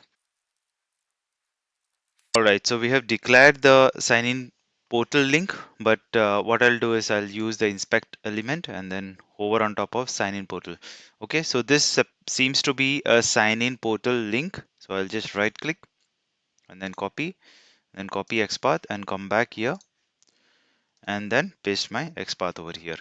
All right. Now, this is one mechanism to get our sign in link as such, but having said that, you can also look for another way to pull the element property. So what you can do is you can use by text as well. So I'll just copy this one, copy element, and I'll select as sign in portal as our text. All right, which is link test. All right, so once that is done, we will add methods. All right, so I pasted the methods, like the operation that we will perform on our methods. Now click is a hamburger menu, and then we will add. All right, so once that is fixed, you can see that buy is one of the so we'll have to import this particular class, which is coming from Selenium library as such, and driver. Okay, now we will have to declare driver, because what we need to do is we need to open up the driver as such, and then we need to perform the operations on this. All right, now let's do one thing. Let's create some step definitions. Okay, we will create some steps. Now, when we had this introduction to BDD approach, we did talk about what are features and feature files as such. So, feature files will be in the given when then format. But having said that, it is important that these given when then statements are actually synced up with your step definitions. Okay, now if it is not synced up with your step definition, when you run the test, it will not run. Okay, so that is the meaning of it. Now let's do one thing. Let's hover on top of user navigates to login page, and you can see that there is a create step definition, a kind of an intelligence that is being given by the Intellij itself. So let me click on it and let me show you what's really happening. Now it is giving an indication create new step definition file. Okay, so it is giving us an indication. Okay, you can create it under source main resources. Okay, so where it will exactly go is, if you create your step definition, it will go under this particular folder, which is resources. Okay, which we can do it, it's not a problem, but having said that, it will be impacting our readability. Okay, so if someone is reading through our code, and if you happen to place your step definitions under resources folder, and that person cannot correlate kind of thing. Okay, so it is important that we have to maintain kind of readability as well. So you can place it in the resources folder, not a problem, but having said that, I have already created a package or a folder over here. It's better to map these step definitions so that it is easy to read as well for whoever is reading the code. Okay, so what I will do is I'll close this. Okay, and I'll create a step definition over here, and I'll just right click and I'll select as new and then select as Java class, and over here I will add as home page. Okay, what we are going to do is we are going to create some methods over here related to home page. Okay, now for this relation, what we have to do is, in order to map the feature files as well as the step definition, it is important that we map these through a glue mechanism. Okay, and this is very important because most of the viewers, they get confused, or it is important, or it becomes difficult them to correlate where exactly is your step definition and where exactly is your feature files. Okay, so it is important to understand that you are supposed to create a glue file under runner file. Okay, and that's what we will do this time. What we will do is we will create one Java file under runner file. So we will hover on top of runner and then right click and then select as new and then add a Java class, and over here we will add test runner and then press enter on our keyboard. Now we have added this test runner file. Now one thing which some of my viewers previously were mentioning, they were getting an error called as annotations are not allowed here. Okay, now what will happen is if you are using test runner file, okay, and if you are using test runner class, better to put your at the rate and annotation of Cucumber options outside of this class and not inside of this class. Okay, now what will happen is I'll tell you. Now if you create Cucumber options inside this class, it's not a problem, but it will import the file from the Cucumber JUnit, and after that if you hover on top of this you will get an error called as annotations are not allowed. Okay, alright, so until this now, you might have noticed that we have not used anything specific to driver. Okay, so this is the first time that we have used driver in our code and in our method as well. And this driver is related to our Selenium WebDriver. Okay, so Selenium WebDriver, what it will do is it will try to find the web element within our web application. So we have captured the element locator through XPath mechanism for the hamburger menu. And after we have found this XPath of this particular hamburger menu, that is through element locator, we have been trying to perform a click operation on that. Okay, so once we perform the click operation, we will be able to proceed with our test. But having said that, click is a mechanism through which we are trying to find this element first. Okay, and to find the element we require a driver, and the driver is given by Selenium WebDriver. Okay, now is the point where exactly are we using this driver and how we are using the driver. Okay, so you might have noticed when we are installing the dependencies of Chrome driver or WebDriver, you might have noticed that we have added a dependency over here which is WebDriver Manager. Okay, and apart from that we have added Selenium Java as well in our dependencies in this particular project. Okay, so until now we have not used it in our project, that is Selenium and WebDriver. We just added the dependencies, but now is the time to use that driver. Okay, so the first thing that we have to do is we have to launch the driver. Okay, as in launch the application itself. So for that what we'll be doing is we will add here as a WebDriver manager. When I type here as a WebDriver, you might have noticed that WebDriver is automatically coming, but WebDriver is not what we want. Specifically what we want is WebDriver manager. Okay, and then we type as dot and then Chrome driver, and after that we enter the method called as setup. Okay, now there is an error here, WebDriver Manager. Now what it is showing is, alright, I need to check the spelling first. And when I'm pressing WebDriver Manager, you can see that it's picking up from the library of Bonnie Garkia. Okay, so this is what we want, and that's what we have added specifically in our pom.xml. Okay, so now this is important. That is, we have called the WebDriver Manager and we are setting up the Chrome driver.setup. And apart from that, we have to declare a driver. So driver equal to new Chrome driver, and then I'll just end the statement here. Now apart from that we have to declare driver. Okay, so before using it we have to declare the driver. So what I will do is a public static web driver and then driver as such. So we are using a driver over here as a public static web driver, and what we will do is we will use this web driver down below in order to set up the Chrome driver, and then we will launch this application altogether. So what I'll do is I'll add here driver.get, and then in the double quotes we will have to pass the application under test, the URL itself. Okay, so I'll just paste it over here, the URL that we want to launch, and then I'll end the statement. So our error is gone. Okay, so driver specific error is gone. And please notice that we have not installed any Chrome driver specifically in this particular project. Okay, which is a good thing. Now this is how it will remain even if our Google Chrome get upgraded to 122 or 132 or 142 in the future. We don't have to worry that the Chrome driver also needs to get updated. Okay, because it will automatically get updated via this WebDriver Manager. So what we are doing here is before we are clicking on the hamburger menu, we are performing the launching of our application. Okay, so that is what we are doing here. Now, if you have noticed, okay, so what we have done here is we have just entered a page object model concept, right? Now we have entered a couple of web elements over here, and then we are performing the operations on that, right?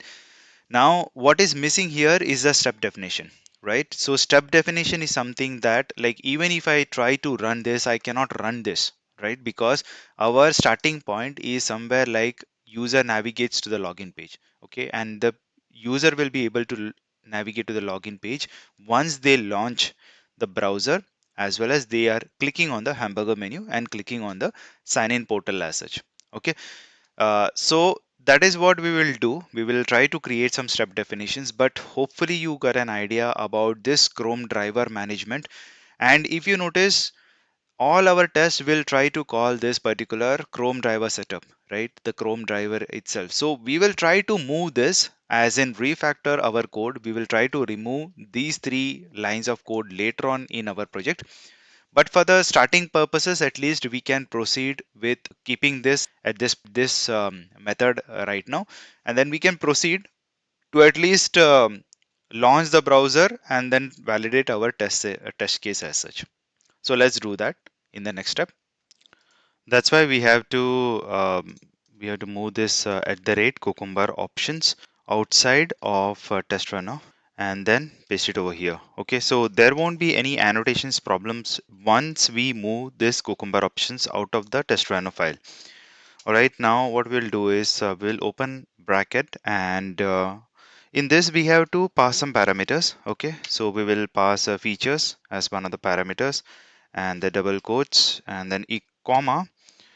After that, we have to pass glue path. Okay, so this is the glue path which I was mentioning about, and I'll pass some parameters over here as well, and this will be passed as a curly bracket parameters. Okay, and then I'll pass on some plugin as well, and plugin also I'll just pass it in the curly bracket parameters. Okay, now, as you can see that we are passing three parameters over here. One is features, second is glue, and third is plugin. Now the features, we will have to pass on the exact path where our features are. Okay, so we will have to start with the source, and the source is over here, and then we have to pass it as a test and then Java, and within Java there is features. Okay, so we'll pass that parameters details over here. So source, test, Java, and then features.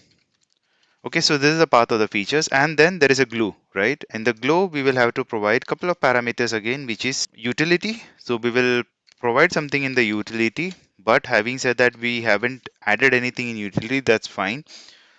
But we will have to pass the details of step definition. Okay, so we will provide the details of step definition, and this step definition is where exactly we have provided these details. Okay, so I'll just correct this, in fact refactor and rename it to definition.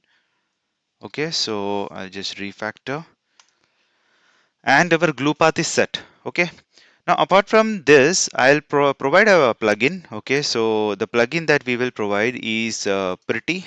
So I'll just provide this as pretty as a parameter, and then I'll pass HTML, because what we will try to do is we will try to generate an HTML report as such.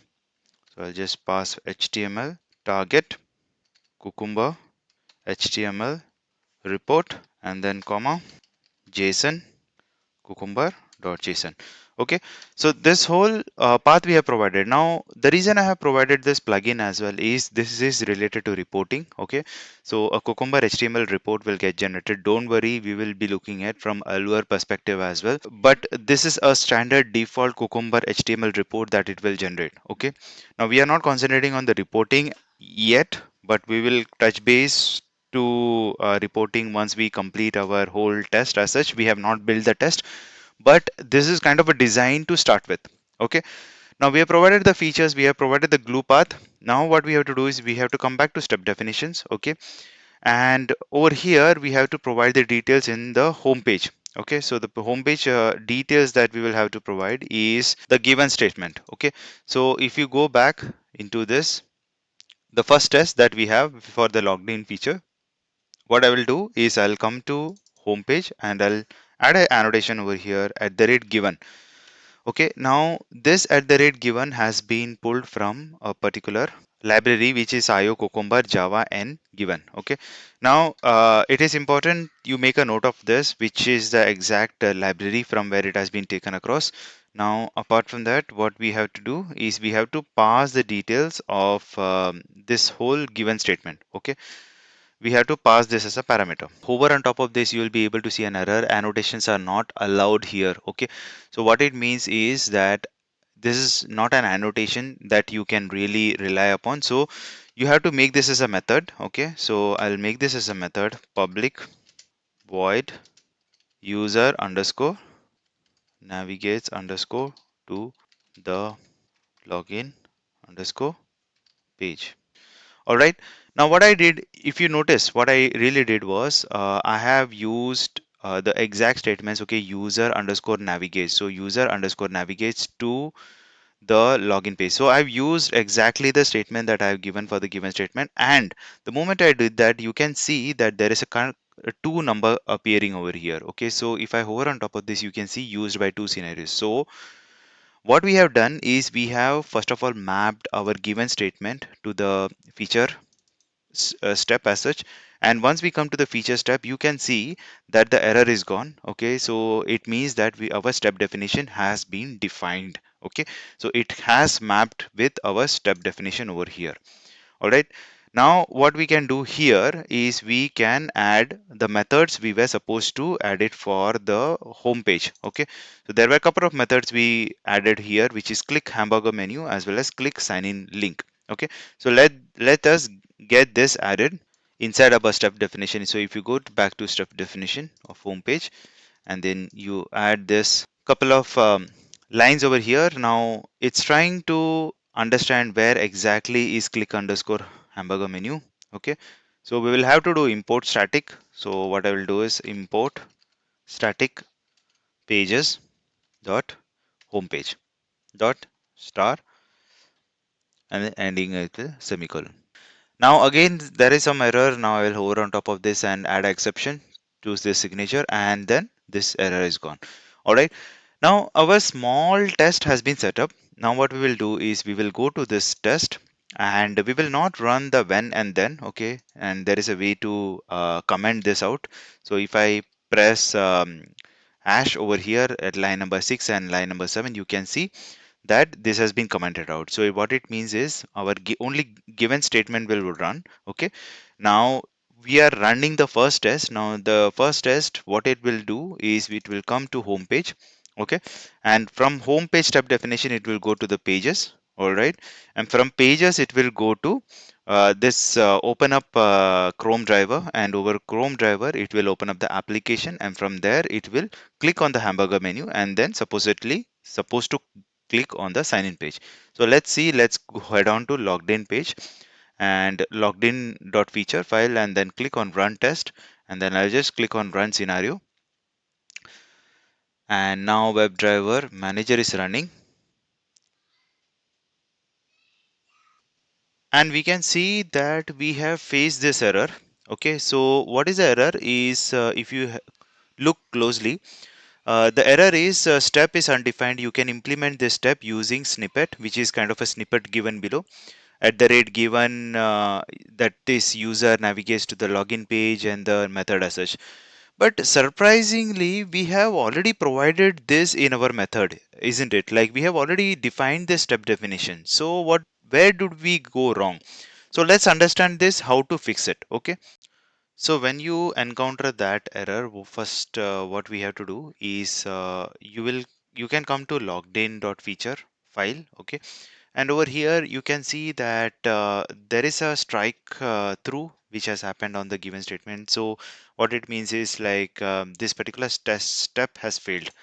Now what you can do is you can just hover on top of this given statement, okay, and you can click on clear result. So what it will do is there will be result present in the cache which will get cleared, okay, and if you make any changes then it will accept that, okay. So that's the reason you are clearing the result. And after that, what you need to do is you can come here in the right hand section. Okay. Over here, you can see Maven. Okay. Just click on that. And once you come into the Maven, do one thing, come to plugins, and then you can see that there is a command of clean, compiler, deploy, install, jar, resources, sites, surefire. And you can click on this specific, you can come to install section, and then you can click on the executive Maven goal. Okay. And once you click on that, you can see that there are some commands that is coming. Okay. So MVN test is coming, MVN clean is coming, MVN compile is coming. Most of the MVN commands are coming. Okay. Which are Maven commands. Now what we will do is we will do MVN clean. Okay. So that's one of the command which is performs the ambient clean, and then you can see the build is success. Okay, so it has done the build. Now I'll go here and then click on install and then go to this particular Maven, and then I'll click on Maven test. Okay, so what I did is I did Maven clean and then I did Maven test as such. Now what it is doing is it's doing its own stuff, okay, like as in it did install the plugins as such or the Maven resources as such, and there is no error, there's a build success. So test run was 0 and failure was 0. Okay, so it did the clearance of that as well. Now let's do one thing. Now let's go to logged-in.feature, okay, and then try to run this again. So the build is happening, and now I can see that the browser has opened up. Okay, it has clicked on the hamburger menu and it has probably failed. Okay, so let me close this and let me have a look at what is a failure. So at least one good thing is if we have gone beyond our failure, that is it was not able to identify the test step, but at least we know that our launching of the browser is happening. Okay, and one good win over here is that the driver as well as the Chrome has matched. Okay, so we have not installed driver, please mind, we are using the Chrome driver WebDriver. Okay, and WebDriver Manager. And what we are doing is we are running the test, and then it has opened up the browser and it has performed the click operation on the hamburger menu, and then it has failed. So it has failed at the step of the string sign in portal is not valid XPath expression. Okay, so what it means is we might have to go to the home page, and I'll just close this Maven window as such. And over here we had provided this by XPath. Okay, so we might have to change this, and maybe this was my mistake. So I'll have to provide this as link text and then rerun again. So I'll go to login and then click here and then run. So once the browser opens up, um, and it has not clicked on, it has clicked on the hamburger menu, but it has not clicked on the sign in portal. Okay, so it has failed with the same, at the same step, it's not a valid XPath expression. Okay, so now I will just mention that you will have to clear this result, okay, and then perform a build, or probably go for a build rebuild. Now rebuild, what it does is it clears a cache from IDEA Intellij. So I'm just doing a rebuild, and after the rebuild is successful, I'll just rerun this.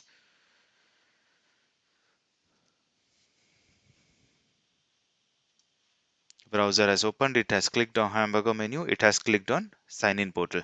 Okay, so what I did is if you have closely noticed, what I have done is I had already fixed the link test. Okay, so I had changed it by XPath to link test in my step definition or in the pages. Okay, but I had not cleared the cache. So if I come here, if I do the clear results, and if I do the build and then rebuild, okay, even if I don't do build but I go for a rebuild, what it does is it clears the cache, and then your successful next run will be successful. Okay, so it kind of clears the cache, whatever results are present in your IntelliJ itself, or the IDE itself. It will clear that, and then you can try to run it, and then it will run. Okay, and you can see that one scenario, one test step has passed. Okay, so that is a good thing. At least one test step has passed. Now what we were supposed to get is user navigates to login page. So we were able to navigate to this login page, and that is our success. Okay, so that is at least a small win, but slowly, gradually, we will incrementally do all the validations. And one good thing is, by writing this particular test step, that is user navigates to login page, if you go to new registration dot feature, okay, it has the same step, which is user navigates to login page. So we are doing kind of a reusability over here. We are calling the same functions, that is click hamburger menu, click sign in link, and let's try that out. So I'll go to new user registration, and I'll just click here as a run, and then I'll just check whether at least my test is running from new registration or the second test as well. So browser has opened up, it has clicked on hamburger menu, and it has stopped at the this particular user clicks on registration button. Okay, so we had not set this or designed this yet, coded this yet, but we will do this subsequently. I wanted to just show the first part at least is working for the second test. Okay, now please note, when your browser will open up, okay, Google Chrome browser will open up through an automated software, just like Selenium or Playwright or Cucumber or Cypress, for example. It will give a navigation like this. Chrome is being controlled by automated test software, so it's kind of an indication that the Selenium has opened up this browser, not it has not been manually opened up as such. Okay, so that is a, it's kind of a indication to an automation tester, this is being controlled by the Selenium automation tool or any other automated test software as such. So at least our test step is working. Now let's design the first test case. Let's capture more XPaths or more test boxes as such. And then based on that, let's complete our first test in the uh, coming section. All right, so we have encountered an error, and let's have a look at what the error is. So the error is no such element, unable to locate the element, that is method XPath and the selector. So what really has happened is we have got not been able to identify with through the XPath that we have selected. Okay, so we will do a slight change in the XPath. What we will do is we will remove this part where we are looking for the shoe type, because the web page is looking for, because the XPath can be looking for that this whole text, that is formal shoes, that is good enough. So I'll just remove the shoe type from the XPath, and let's see. All right, so I have removed the shoe type as such, but we'll be looking for formal shoes. Okay, and then we'll be verifying that with actual formal shoes or not. Okay, so let's go for a rebuild and then check. To run this test, I'll go to logged in, and then I'll clear the result. I'll just hover on top of that and clear the result, and then I'll click on run, and let's see whether our test runs or not. All right, so browser has launched. It has clicked on hamburger menu, the sign in portal, and you can see that the three scenarios have passed. Okay, now three scenarios have passed. We have reached this particular page. All right, now we can add one more step, that kindly exit driver.exit, which will make sure that this browser get closed. But I wanted to show you the results as such, that it's coming over here and it's validating. Now if I change this little bit, okay, so as in if I change certain parameters, like for example, if I change this formal shoes to shoe, for example, then it would fail because it's trying to match with the exact text which it is trying to appear. Okay, so that is kind of a logged in feature. So if user should be able to view the product category page. So once he enters into product category page, he should be able to see formal shoes, not formal shoe as such. So it what it means is kind of doing the validation, kind of regression test if the web page is correct or not. Now we can try to attempt that as well. What we can do is I'll go to this particular test step and then just make this a shoe, and then I'll go for a rebuild. So I'll just click rebuild. So the rebuild is happening, and after that we'll just run the test. I'll go back to logged in dot feature and then click on run button, and the test will run, and the browser has launched, and it has clicked on hamburger menu, it has clicked on sign in portal, and then it has landed on this page, which is fine, like it has landed. But having said that, our one test has failed. Okay, one test has failed because expected was formal shoes with the S, and what we got was formal shoe. Okay, so expected, in fact, we had put as formal shoe, and actually formal shoes. And now some of my viewers might be saying, okay, fine. In assert, right? The first parameter, in fact, should be your expected value. Okay, so this should be your expected, and this should be your actual.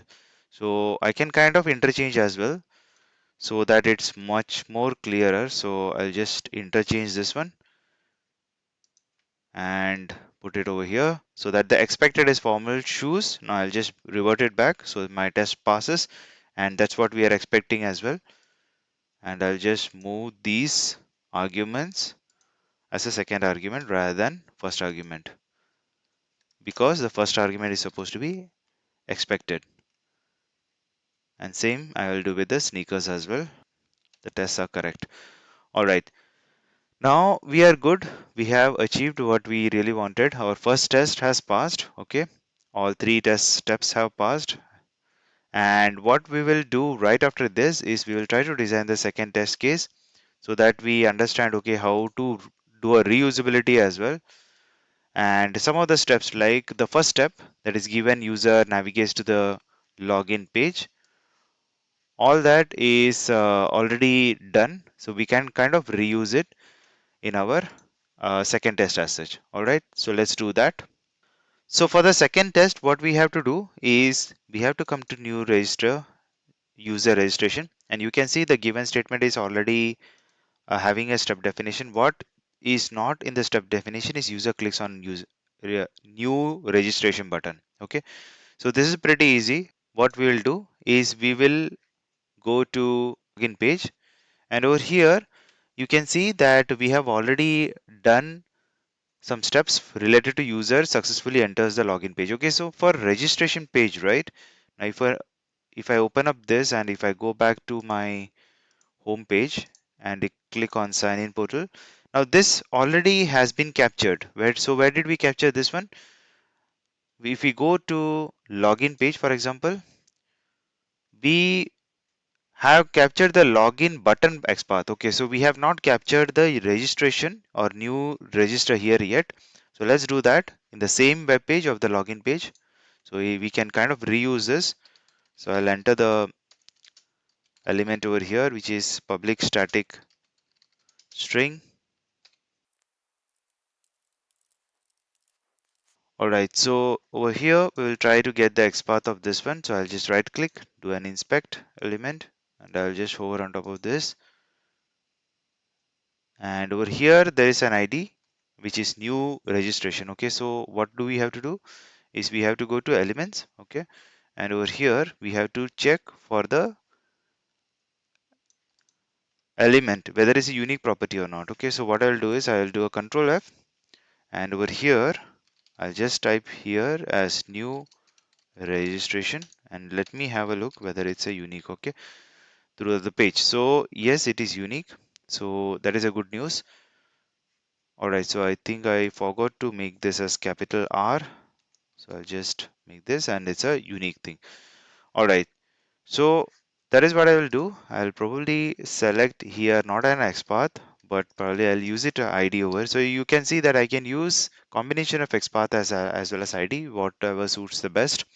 That is what we will try to use. And I just copy this and come back, and I've already got my ID. All right, so let me use it to click. So click new user or new register. All right, I'll create a step definition here. So here the step definition will be what we were supposed to get for the new registration. So I'll just user clicks on new registration button.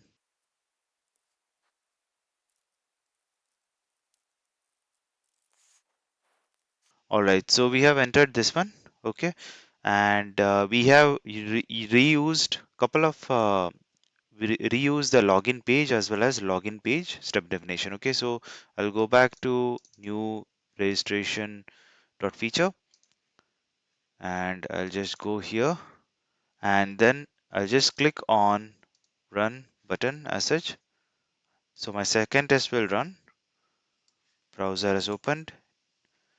It has clicked on hamburger menu. It has clicked on sign in portal, and it has failed. So let's have a look.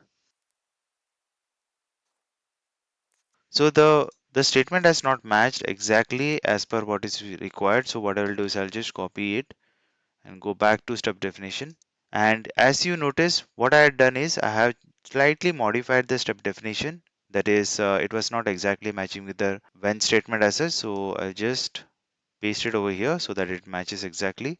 And I'll just go to build and then rebuild. And then I'll go back to new user registration. I'll clear the result so that the failure has gone, and then I'll click on the run again for the scenario, the second scenario as such. So it has opened the browser, it has clicked on hamburger menu, it has clicked on sign in portal, and we got an error over here that is both username and password fields are required. So what has happened, it has clicked on login button. Okay, so if I go back and then have a look at my user clicks on registration button, if I go here, as you can see what it tried to do, we had not changed the login underscore button XPath. Okay, so we will have to change this. What I will have to do is I will have to change this as by ID, and here I'll have to pass the ID as such, and it needs to click. Now click on build rebuild. Alright, so after rebuild is done, you can go to new registration and then click on run. The browser has opened. It has clicked on hamburger menu, it has clicked on sign in portal, and we are on the new user registration page. Okay, successfully. Now having said that, let's do one thing. Let's capture this particular text, okay, user registration page text, so that we have this validation that it is present here on the third page. So let's third step. So let's do that and let this browser remain opened. And over here on the registration page, we are supposed to capture the page as such, page details or page elements as such. So I'll just capture this one.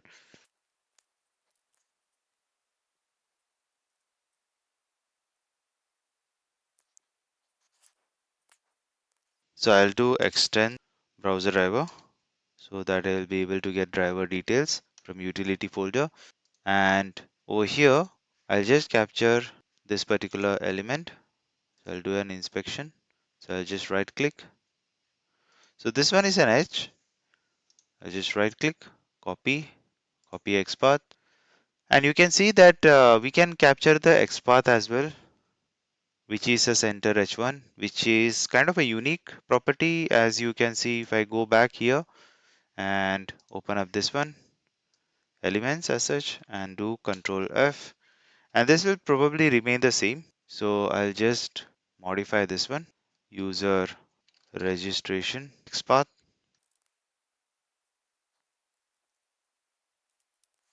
and this should exactly match with this particular title, which is user registration page. So I'll just copy it, come here, and then paste it over here. Alright, so I'll just click on build and then do a rebuild. And after that, I'll just rerun. I'll go back to new user registration and I'll clear the results as well. And I have to create a step definition. Okay, so what I'll do is I'll create a step definition for registration page as such. So I'll go to login page. I'll just copy that login page and then paste it in the step definition. And I'll just click on OK. And I'll just modify this then statement as such so that it matches with our feature file. I'll do an import class. I'll copy the statement so that it's kind of matching. Alright, so once that is done, I'll go to registration page, copy this particular method, import static method. So I'll have to slightly modify this visibility. I'll have to modify this to user registration page. Alright, so my registration page is visible. And if I go to new registration dot feature file, as you can see, all three test steps are done. And I'll just click on build and then rebuild and then run the test of the second scenario. I'll just click here and then click on run.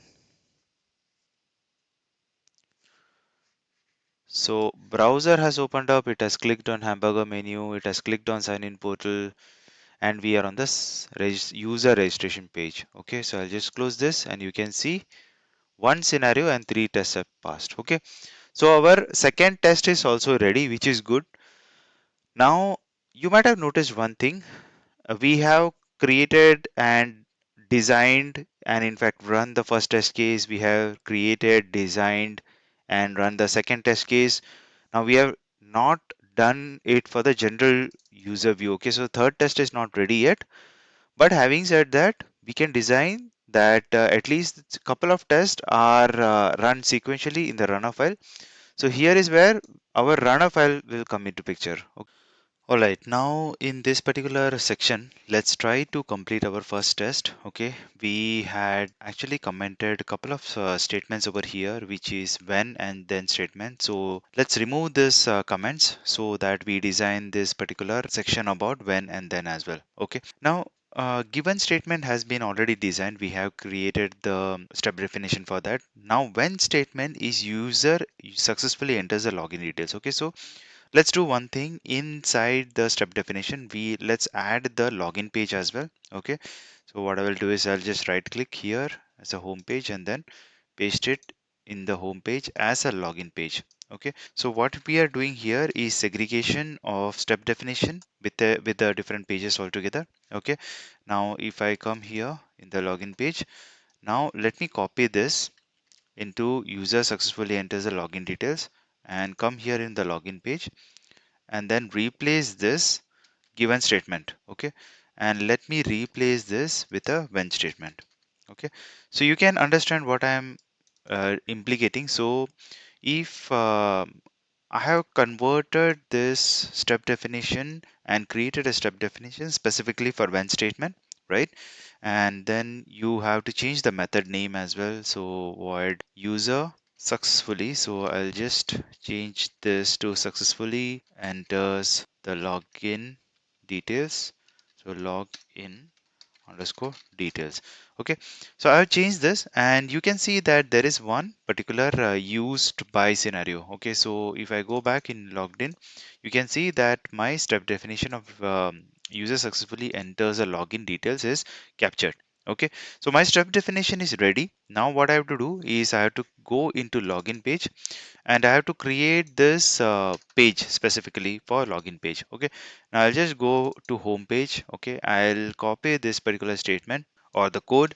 I'll come back to login page and then keep on modifying this. We do not require and change this whole thing like on the login page. Okay, so if I look at my application, there is username and password. So what I'll do is I'll try to capture the element locators for this one. So I'll go to developer tools. All right, I'll do an inspection then go to username, and then you can see that there is an ID over here. Okay, so in this case, this particular text or the user name text field itself has a ID, now user. Okay, now if I go and check, this is a unique property. I will not be able to find any other element which is having this particular ID equal to user. Now how will I be able to check? What I can do is I can just go to this element section. Okay, so I'll just expand this so that is easily viewable. I'll just do control F here. Okay, so control F when I do ID. So when I do ID, you can see that there are some IDs over here. In fact, there are 12 combinations. Okay, so if I go here, I can see that there are IDs, and this is ID which we had captured as a hamburger menu. Now this, if I click it again, you can see ID equal to menu, and after that I go here, there is an ID which is a title, which is a shoe portal title, and if I come down below, you can see that there is a ID equal to image as well. So image itself has an ID. Okay, and second form, and now we are in the ID equal to user. Now let me enter this particular element locator here. This is ID equal to user. Now I have entered over here as user, USR, and then you can see that there are two USRs, which is ID is unique. Okay, so there are only two USR, and that USR is coming as ID, and this whole text is coming as located over here. Okay, so that's a unique property. So let's go back and then let's design this for text fields. So I will just hover on top of this, which is ID user. Okay, and then I'll just right click and then copy and then go to, I'll come back here. I'll change this method. I'll just remove these methods. Okay, and then I'll make this as send keys. Okay, so I'll do send keys underscore username, send keys underscore password, and here I'll provide the driver dot find element, and I'll pass by ID, and here I will have to pass the ID of user. Okay, so I'll just pass here as user and then send keys, and I'll pass a detail over here as a username. Alright, so this is the password, is the username that will pass, and then we'll copy this and paste it over here in case of password. And over here, if we go, what's the ID for the password? So if you go here, if you inspect and look over here, ID equal to PWD. Okay, just to make sure this is a unique property, I'll just search here as PWD, and then you can see that there is only one ID, which is PWD. Okay, now I'll change this to PWD, and then I'll change this password. Please note, you shouldn't hard code your passwords inside your code, something like this, but there are services, cloud services, which are specifically giving secret managers to store your passwords. Now, I would advise my viewers to kindly use some kind of secret managers, like Azure has a, AWS has a secret manager, and Azure has a key vault as such, and that can be used as a service within this one. But I'm just giving an example and just giving a disclaimer as well. You shouldn't store your passwords like this. Now I'm just using this for demonstration purpose, hence I'm using it. So even user can be replaced. Okay, so I'll just make this as username text ID, and I'll just replace this one with user, so that I can replace this one with username text ID. All right, so that my readability is pretty good, and I'll just change it by password.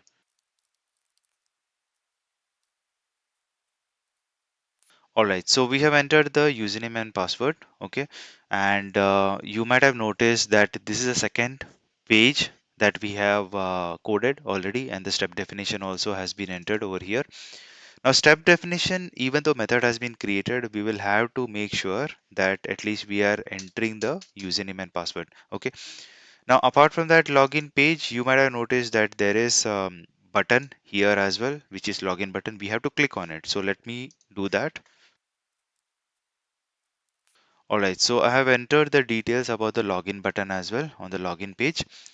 Now on the login page step definition, let's enter the details about the entering.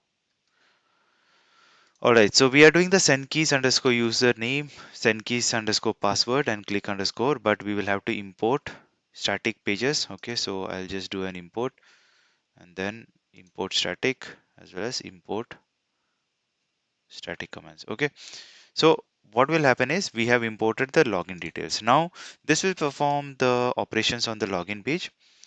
After the operations are performed on the login page, okay, we have to verify that it really enters into the login page or the product category pages are really visible. Okay, right, now let's try to run these two steps. Okay, let's say do an incremental fashion. So let's run these two steps. I'll just close this and click on run to understand if both of the steps are working or not. So our browser has opened up, it has clicked on the hamburger menu, it has clicked on sign in portal, and then we encountered issue. Okay, now where did we encounter issue? User successfully enters in the login page. Okay, so it is not able to identify this particular statement. So let's clear the result. Let's do rebuild. Then let's go to Maven and then click on install. Then click here, run anything. Let's do mvn clean. Then press enter on the keyboard. So build was success. And let's click on run anything again and mvn test. So it's downloading and running the test as well. And let's run this particular feature test now. So browser has opened up, it's clicked on hamburger menu, it has clicked on sign in portal, and again it has failed. Okay, now I will give a reason why it has failed. Now I'll just close this and you can see what we are getting here is a null pointer exception. All right, now why is this null pointer exception coming? This is coming because our driver has not reached to another state. Okay, so I'll explain it how. On the home page, we particularly if you see, right, we are declaring here a driver. Okay, and we are using this driver and the driver is getting closed over here, like the lifeline, the session of a driver is getting closed here until this home page. After that we are going to the login page. Okay, and in login page again there is a WebDriver.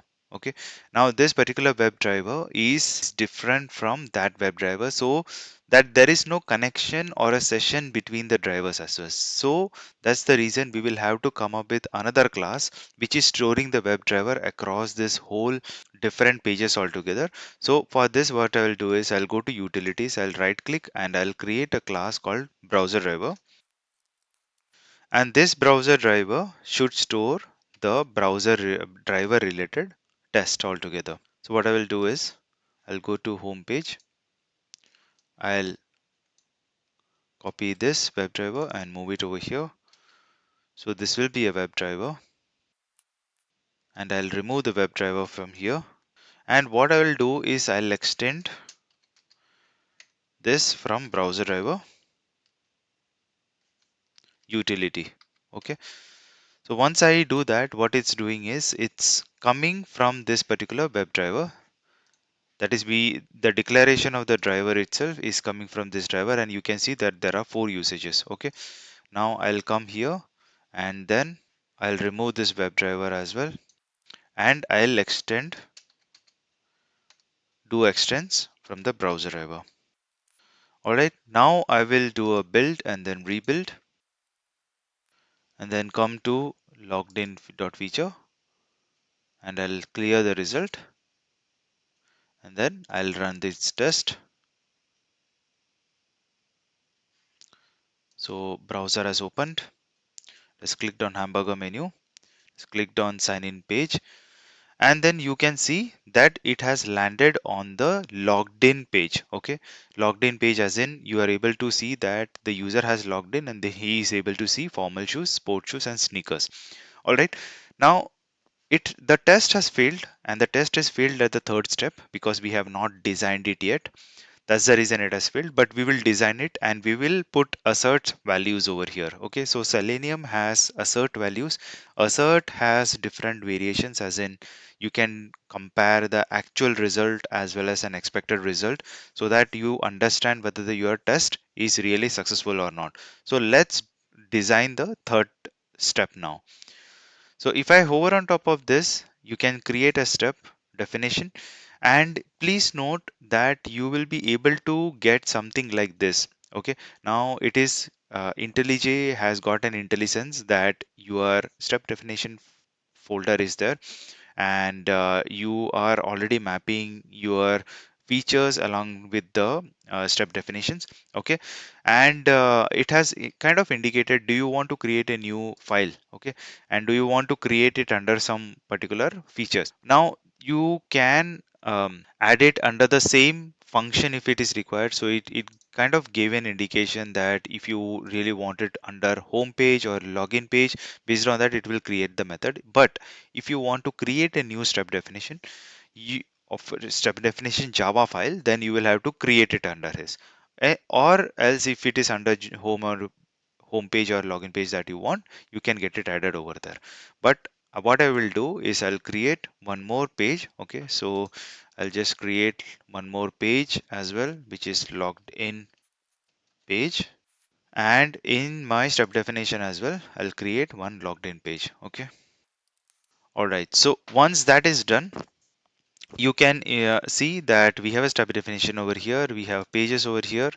So let me capture the objects of the page. Okay. So if I come here, if I go to more tools and the developer tools, let me hover on top of this and look at the headings. So there is an ID which is shoe type equal to formal. And if I hover on top of this, then again this is a ID. This is not unique. So as you can see, this is ID shoe type. This is an ID equal to shoe type. So this is not unique. Okay, now we will have to find out some other unique property so that we understand, okay, fine, there is a formal shoes, there is a sports, and then there is a sneakers. At least the titles are present. All right, so for that, what we will do is I'll just right click and then look for a XPath.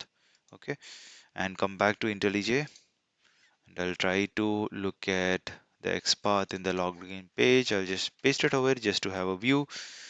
And the XPath that it is giving is also ID equal to shoe type. Okay, star equal to ID equal to shoe type. But having said that, there are different variations of XPath as well. Okay, now XPaths itself is a very big topic to understand, but I will give kind of a quick understanding about XPath as well. XPath is something like a DOM element, right? Document object model element.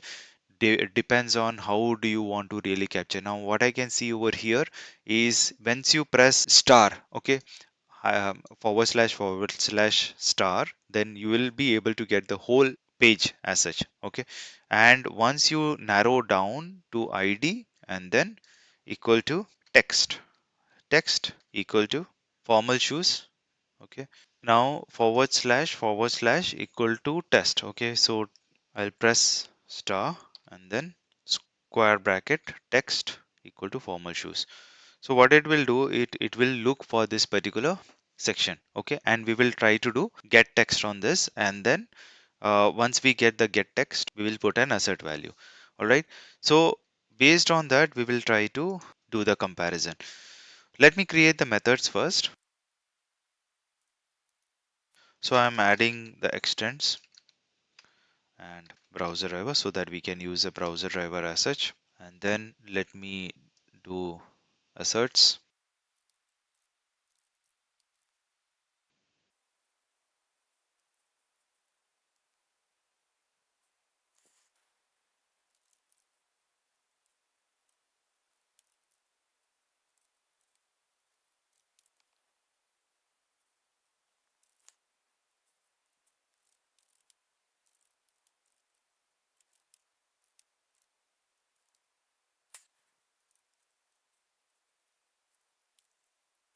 All right, so we have created three methods over here. We will verify the formal shoes text as well as sport shoes text as well as sneaker shoes text. Okay, now what we will try to do apart from that is we have to capture the elements. Okay, now I have already created public static string.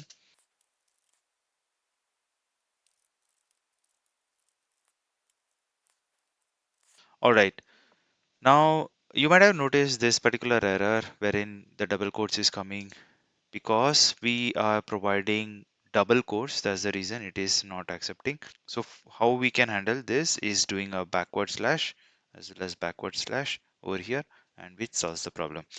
All right, now what we have done is we have captured the XPath of the formal shoes. I'll just copy and paste for the sport shoes.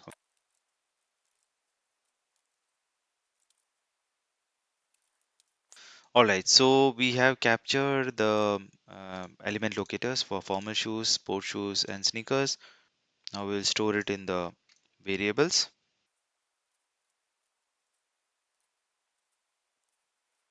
And once we have stored it in the variables,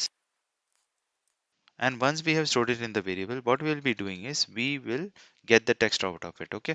Now because this is a string, we will have to do get text and then complete the statement. Okay. So we'll do for all three. All right. So we have completed this. Now we have to add the assert statement. Assert dot equals,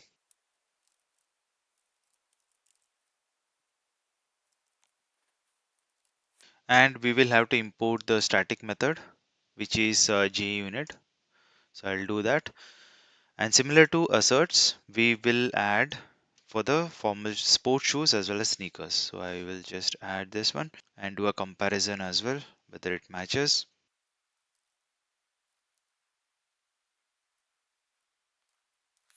All right, so we have designed our assert statements as well. We have captured all the test results. So I'll just, we have not created the step definition yet. So let me do that as well.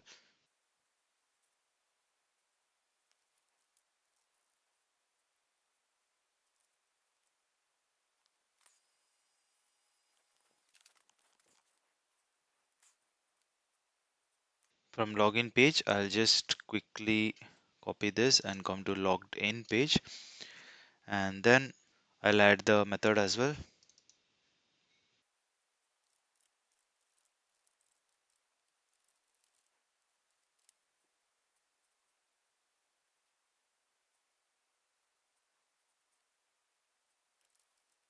Alright, so we have declared it. Now we will add the methods of the pages as such. So we'll do an import. We'll add the interruption exception as it's asking for.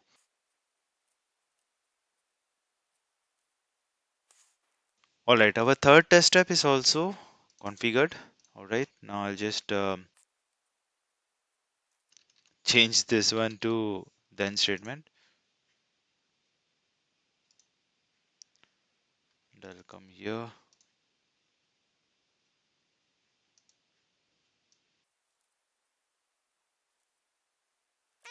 Product category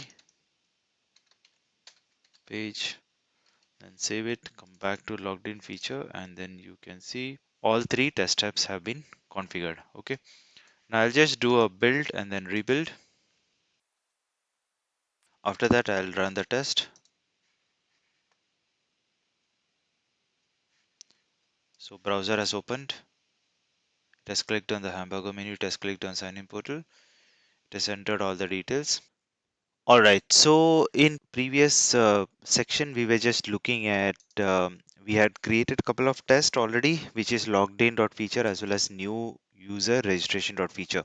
All right. And previously we had created this test runner file as well, but we have not specifically used it. Okay. We had only added features over here, and there was a glue that we added, which is utility as well as step definition.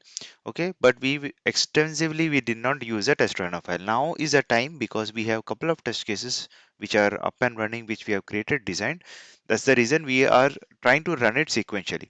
Alright, so in order to run the test runner file, what we have to do is first we have to configure the test runner. Okay, now in order to configure the test runner, what we have to do is you can go on this particular section, which is run button. Okay, and after this you will be able to see something like edit configuration. So you can click on edit configurations, and in this edit configuration we have not done much. Okay, but you can see automatically we have got Cucumber Java over here as a runner file, but this is not the runner file that we are looking for. Okay, what we are looking for is a different Cucumber options particular run with file. So for that we will create this configuration. So what you have to do for this is you have to click on this add new configuration, and over here you will be able to see something like JUnit. Okay, now you can select the JUnit over here, and after that what you can do is you can try to add runner. Okay, now the moment you type runner, you'll be able to see intelligence over here that there is a runner, and after that there is a test runner. Okay, now you are getting this error, which is class runner dot test runner is not a. Okay, so what it means is it is not able to identify this particular test class or test runner file as such. So what you can do is you can probably click on apply. Okay, and then click on OK. So you can see that the configuration is saved. Okay, but there is some error in the configuration. Okay, so it's being shown that there is a cross on top of that, so it means like as in it's not correctly configured yet. So let's correctly configure it. For this, what we have to do additionally is we have to add one more annotation, which is at the rate run with. Okay, now once we add run with, you can see that there is an import that has happened for at the rate run with, and it has come from JUnit runner run with library as such.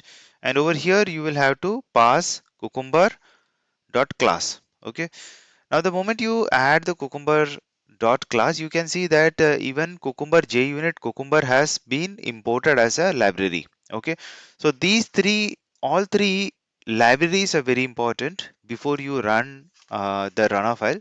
Okay, now once you have already done this, you can go back and then you can see that the cross mark is gone. So I can click on edit configuration, and even our error is gone. Okay, so that's how you configure the test runner file.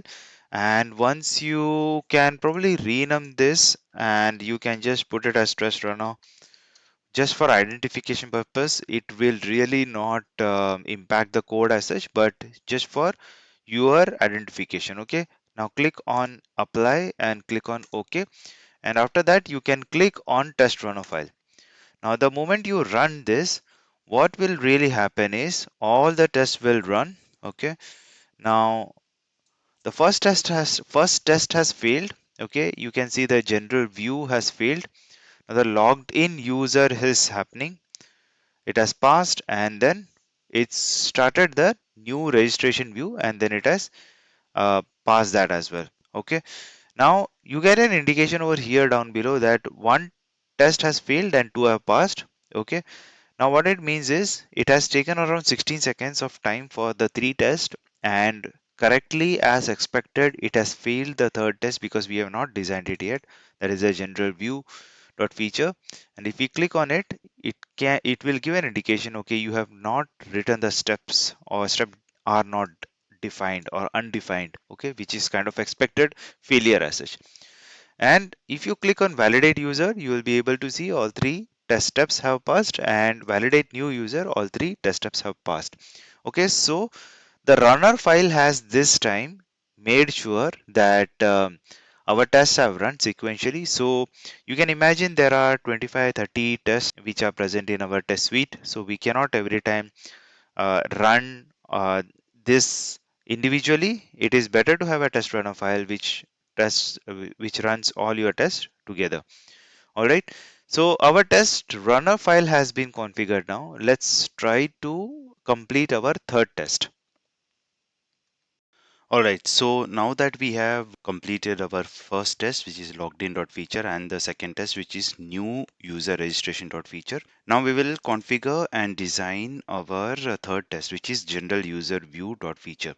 Okay, so similar to what we really did for test case number 1 and test case number 2, we will do it for test case number 3 as well. We will try to inspect the element from our web application and add it in our pages and in the step definition as well. So for pages, we have already created a class which is online products page, and what I'll do is I'll create one for step definition as well. So I'll just copy from registration and put it in the step definition as online products.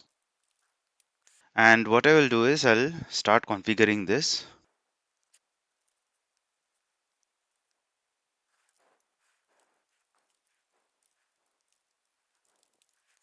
All right, so we will keep this empty. And what we have done is we have completed our then statement. Okay, so we have at least declared the then statement. And for the when statement, we will create in online products itself.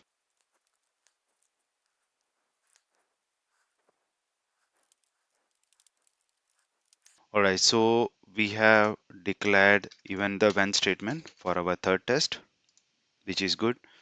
So I'll just do an import class.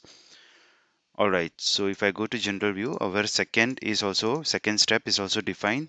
Now user navigates to the online products page. Okay, now this online products page, if you see, if we go to the home page, right, we are clicking on sign in link. Now similar to that, we can use the given statement over here. Similar to that, we can create a given statement in home page. Okay, so I'll just copy this and paste it over here, and then user navigates to online products page. So I'll just copy this, come back in my step definition file and change this to online products page. I'm doing this because my online products link is on the home page. Okay, so I have to navigate to online products page. So I'll just change it to click sign in portal link, right? Now if I go to home page, I'll have to define this one and create under link test. So I'll just make this as online products page, and I'll go here and click, come back to the first page, which is the online products. I'll just right click and do on inspect element. So online products is my link test. Similar to this, I'll create another method which is click on online products link.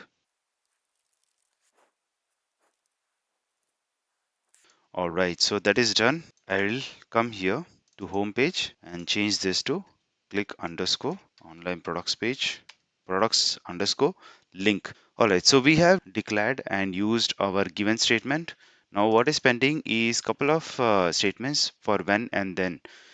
So this is going to be tricky, and where I want my viewers to concentrate is the third test, right? Now it's a web table that we are trying to automate, and once you click on the online products, you happen to be on this page. Okay, now this page is a little bit tricky because you have three drop downs, and what you need to do as a user or an automation script is you need to click on this drop down. Okay, so if I go and inspect this element, you can see that there are elements related to class. So I'll just try to open this particular dev tools so that is visible. And if I hover on top of the second drop down, you'll be able to see that there is a class difference. Okay, so there is a sports shoe drop down, and this is a class name which is different from this particular class name which we wanted to have it for the formal shoes drop down. Okay, so class is different, class is unique. So what we'll do here in this case is we will use the element locator by class. Okay, and after using the element locator by class, we will try to perform a click operation on that. That is one thing. And once I click here and go for an inspect element, all right, and I come here and then click on the shoe name. Now if I hover on top of this table class, okay, so this is a web table. Okay, and web table is a unique web element wherein the whole table can be taken as a table element, and you can see that there is a class name over here which is formal shoe table, okay, which is unique. Now this formal shoes table is going to be our identifier of our table, okay. And from the table, once we capture the table, what we will try to do is we will try to find the row number 2, okay. Now why I'm saying the row number 2 is classic Cheltenham happens to be our expected value, okay. Now classic Cheltenham, if you see, it is on the second row of this table. That is how you see it. Otherwise, there is one more angle that you see, okay. Now if I hover on top of this, this is a th body, t head, okay, and below there is a t body, okay. Now t body is something down below, so if I hover on top of this t body, you can see that it's skipping the t head, okay, and we are able to capture the whole body itself. Now, this is an important parameter, and I'll explain you when we are coding as well. First, we have to take the web table as a unique property, and from there we will take as a t body, and from t body we will try to take the first row of the t body, and within the first row, if I hover on top of this, we get td, okay. That is the first row and the first column. Now, first row and the first column is what we are interested in, which is classic Cheltenham. Okay, and that classic Cheltenham is what we are trying to extract first, and then try to validate with an expected value as classic Cheltenham. Okay, now this is how we have to design our automation scripts to pick up a particular value from the web table and do a comparison. Okay, so let's start to do that. Let's come to our code, and user clicks on the formal shoe drop down. So that is the first statement that we are trying to automate. And for this, we have created a step definition, but we are yet to create the web element. Okay, so for that, what I'll do is I'll go to online products, and online products, we have not defined it yet. So what I'll do is I'll come to login page. I'll just copy one particular element and paste it in online products, and I will modify this. So if I come back, and what we are trying to look at the element is this particular element, which is formal shoes. Now here, as I mentioned, we will try to take by class as our web element locator. Okay, so let me do that,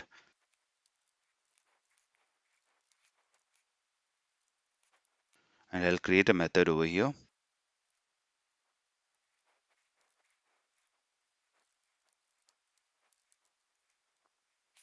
All right, so I have defined a method over here, and this time around what we will do is we will use our by class. So driver dot find element by dot, and if I see there are different element locators over here, id, xpath, link test, css selector, and class name is what we are looking for.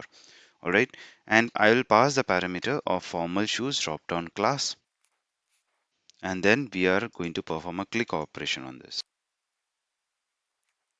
All right, so we have designed this, and our couple of statements, which is the first statement and the second statement, given and when, are already done, designed. So let's run this test for a couple of steps, and let's see whether that passes. The browser is launched, hamburger menu is clicked, online products link has been clicked, and we have landed on this particular page of online products. Okay, and you might have noticed that the formal shoes web table has opened up. Okay, so we like through the automation scripts, we have clicked on the drop down, and then this whole web page is opened up, which is good. So our both of the tests, as in two-step test steps, looks good. The third test step needs to be coded as such. All right, we do not have anything on the third test step, so let's code that for the web table perspective. So if I go to online product, so what we have done is only the formal shoes drop down class, but here is where we will inspect the element of the web table. So I'll just go here and click on this particular web table. So I'll try to extract this particular web table and then combine it with the t body. Now for this, what we'll do is we'll right click on this table. I'll just copy and go to copy XPath. So I'm copying the XPath of this particular table as such. I'll come back and then put over here as public static string, and then web table, formal shoes web table. And this is the table web element that we have captured. Okay, so the XPath of the web table has been captured and put it in this particular string.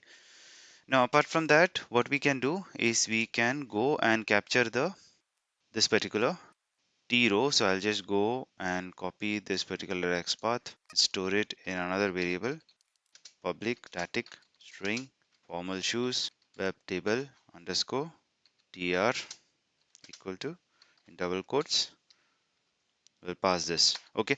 Now, if you have noticed, we have captured the whole first row over here. Okay, within the T body, you can see that there is another row, the first row, and this is an index showing as this is the first row.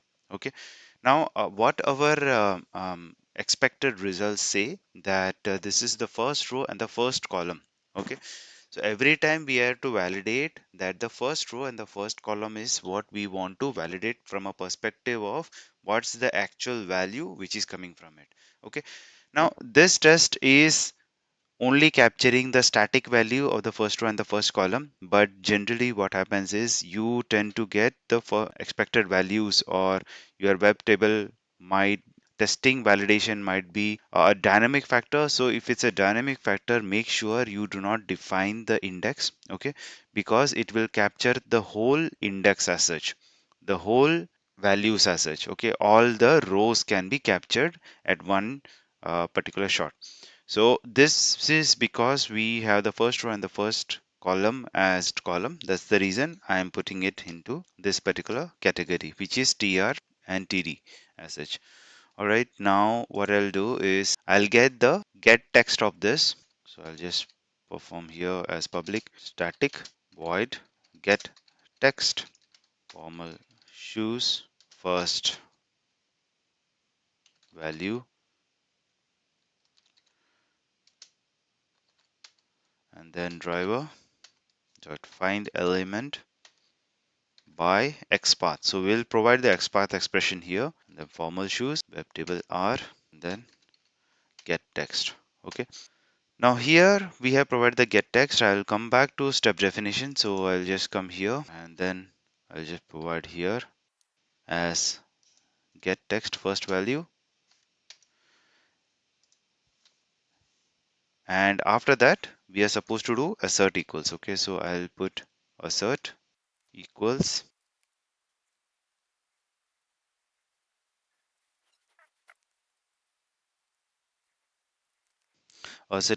expected, which is classic Chaltanam. I'll have to be very specific of this particular spelling of classic Chaltanam. Then we'll provide the details of get text first formal shoes. Okay. Alright, so we are done. We'll do a build and then rebuild, then run test general view. Just come here and then run. So our browser has opened. It has clicked on hamburger menu. It has clicked on online portals, and it looks like our test has failed. Okay, let's have a look why the test step has failed. All right, so you can see that there was a comparison. The expected was classic Cheltenham, but what we are getting is a couple of spaces over here and then classic Chel. Now, if I hover on top of this particular value, okay, so if I go here and then look on the inspecting of this particular classic Cheltenham, so there were two spaces over here, okay, and then there was classic Cheltenham. So what we'll do is in the expected, we just modify this one and add a couple of spaces and then do build, rebuild, and then run the test again. So browser has opened up. Just clicked on hamburger menu, online products. All right, so the browser has opened up and it has clicked on the hamburger menu. It has clicked on online portal. It has clicked on formal shoes drop down, and hopefully try to validate, and you can see that the three test steps have passed. Okay, so all three test steps have passed, which is good. So this is what we wanted, and we have completed all three test cases, as in logged in plus new user registration plus general user view. All right, now what we will try to do is we will try to run it in the test runner file. Okay, so we will choose test runner and we will go here and click on test runner, and we had already configured the test runner. Okay, so there is no change as such that will happen in the test runner. And what is supposed to happen is all three test cases have to be run automatically in sequential fashion. So I'll just click on the run button of test runner, and you can see the general view test has started. Out of the three tests, the first test which has started is general view, then is logged in view. Okay, logged in view user, so new browser has started, and then it has completed, and the third test has started, which is new user registration view, and it has completed as well. So all three test cases have taken total of around 21 seconds. Okay, so 21 seconds and 182 milliseconds is the time it has taken for all three tests to run. And as you can see that it does not depend on what test that you have scripted first. Okay, so how we did is we had scripted logged in user first, and then we scripted the new user registration, and then we scripted the general view. Now you can see that it's alphabetically ordered. Okay, and based on which these three tests have run automatically. So that's how this whole test runner file runs as well, and it helps you to run all the test cases which have been automated in a very sequential fashion. And you can imagine there would be like 50, 60 test cases, 25, 30 test cases, which are huge numbers, and those cannot be run individually. It is better to run as a test runner file as such. All right, so we have done this regarding reporting. Okay, so if you click on the target files, and you can see by default there is a Cucumber HTML report which gets generated. Now what I will do is I'll right click and then open in, and you can see that there is a HTML report which gets generated. Okay, so now what you can do is you can right click and then you can go to open in, and you should be able to find Google Chrome. Now what I can do is just to show, okay, I'll just control C and then I'll go to HTML viewer and then paste this particular HTML viewer, and this is how the output will look in the Cucumber HTML reporter as such. Now there are three scenarios which we have run, okay, and it gives you an idea about how many scenarios are there. So if you click on this general viewer, okay, and this is logged in view, which is the second test, and the third test is a new user registration. So our report is also getting generated, and you can use some kind of filtration as well, like if you just type as general and then click on search, you'll be able to filter it. Now if I search as logged in and click on search, then you'll be able to get the logged in test as such. You will be able to see how much time it has really taken, and what are the implementation, what's the runtime, what's the OS, and what is the CPU. Okay, so all this are kind of relevant and irrelevant details will come out, but definitely duration is something which is irrelevant, as well as the scenarios and the scenario details, whether the test is green or red. Those kind of details also is kind of helpful. Now in the next section, which is important as well, we will try to configure Allure reporting, and based on that we will try to use Allure reporting, how the report really looks from a Allure perspective. Now it's kind of a beautiful report comparatively, and for which we will add it in the pom.xml and then try to configure that. So let's do that. Alright, so in this section, we'll be looking at how to generate Allure reporting, and we are going to integrate it with the Cucumber BDD test framework. Now, what I have decided to do is I have tried to depict these as stepwise approach. Okay, and it is very important because if we miss any of the steps, it might not work. Okay, so Allure has undergone a lot of changes, and the one which I'm showing currently is the latest one with in relation to the BDD test framework as well. And I'll give you the documentation of Allure specifically configuration that has to be done. So if you look at this particular link of Allure, okay, so this is Allure documentation, official documentation, and this is Cucumber JVM specific documentation. So if you look from this perspective, there are a good number of configurations that you have to really do. I will go through all the steps sequentially, okay, and so that you will not have any issues as such, but I'm giving the reference document link here as well. If you get to stuck somewhere, kindly go through this documentation, but I will give the stepwise approach as well. So I'll just minimize this and I'll come back to the steps that I have defined already. All right, so the step number one is you will have to check the version of Cucumber that you have in your framework. Okay, so the version of Cucumber that I have in my framework is Cucumber 6. Okay, this is very important to understand because this is how you will have to configure the dependency of the Allure in your pom.xml. Okay, so step number one is to determine what version of Cucumber you have in your framework, which is important. Step number two is you need to add the plugin of Allure support in IntelliJ.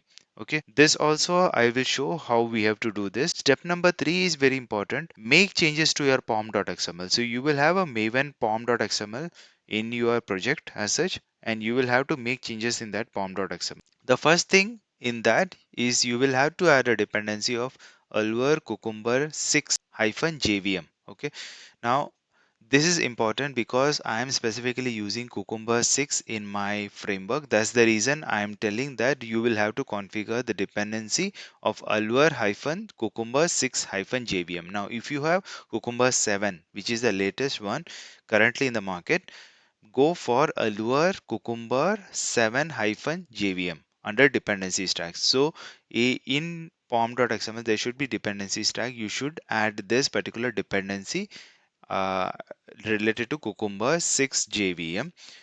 Second point related to pom.xml is you need to add a dependency of Allure-JUnit-platform under dependency stack. Okay, so this is another dependency that you have to add. You need to add dependency management tag for Allure version. So I'll touch base on that as well, what you have to specifically add. And the fourth point is that you need to add the build tag for the aspect J Weaver. Okay, so aspect J Weaver is a mechanism that through the build process you will be able to create some dependencies, which is important as well. I'll show you that aspect. Step number 4 is add properties file. So in your project, you have to add allure.properties, the location exactly where you want your results to get stored. Okay, and junit hyphen platform.properties, the Cucumber plugin details. So this also I'll show you how it has to be done. Step number 5 is make changes to the test runner file for the plugin details. This is important because your test runner file has to call this particular plugin. Okay, and you have to install Allure command line through npm. Okay, so I will show that aspect as well. So these are the 6 steps that you have to perform in order to generate the Allure report into your project. Now let's see practically how you really can do that. So this is my Cucumber. That is the BDD framework that we have been looking perspective. Okay, the first step that we had to perform is you have to understand what Cucumber test that you have. Okay, Cucumber version do you have you used in your project as such. So I'll go to pom.xml, and just to refresh our memory, what we Cucumber version we have used is Cucumber 6.1. How would you be able to understand is if you go to dependencies, you might have already used Cucumber in your framework as such. So we have used 6 version. Okay, so it is evident that we use Cucumber 6. Okay, we have understood, okay, the 6th version is the Cucumber framework. Now the second step that we had looked is you need to add the plugin of Allure support in IntelliJ. Okay, so how do you do that is you go to files, and in the settings, once the settings modal opens up, you can go to plugins, and in the plugins you can search here as Allure, and you will be getting as Allure test ops support. Okay, so this one I have already installed in IntelliJ, and if you have not installed yet, kindly go ahead and install in your IntelliJ. Okay, so that was our step number 2. Step number 3 is you have to make changes to your pom xml. Okay, so first thing that we have to do is you have to add the dependency. Okay, so I'll just open this up and I'll show the pom.xml, and I'll show that under the dependency. So I'll go to the dependencies. Okay, So I have added here as Allure Cucumber J6 Allure hyphen Cucumber 6 hyphen JVM. Okay, so this is one aspect that I have added. I have to add Allure JUnit platform as well. So what I've added here is Allure hyphen JUnit 4. Okay, which is important. You need to provide this details as well. And this comes from your library, which is io.commeta.allure. Okay, so make sure you are getting this particular commeta.allure, and all this has been provided in this documentation from where you have to exactly take this library. You have to add the dependency management. I have scroll up, you'll be able to see that I have added Cucumber. I have added here as a dependency management. Okay, there are a couple of dependencies over here, as you can see that there are dependencies related to Allure bomb as well as JUnit bomb. Okay, this contains the dependency management. Apart from that, you have to add the build tag. Now inside this build tag, you can see that there is a Maven Surefire plugin, and there is an argument line that we are passing as a commita. Plugin we are calling over here, and apart from that, I am providing the aspect JWeaver. Okay, so this is important as well, that I have added inside the build tag. So once you have added this in your pom.xml, what you can do is you can go for add properties. Okay, so once I open up here under source, under test, there are a couple of properties I have added, that is allure.property.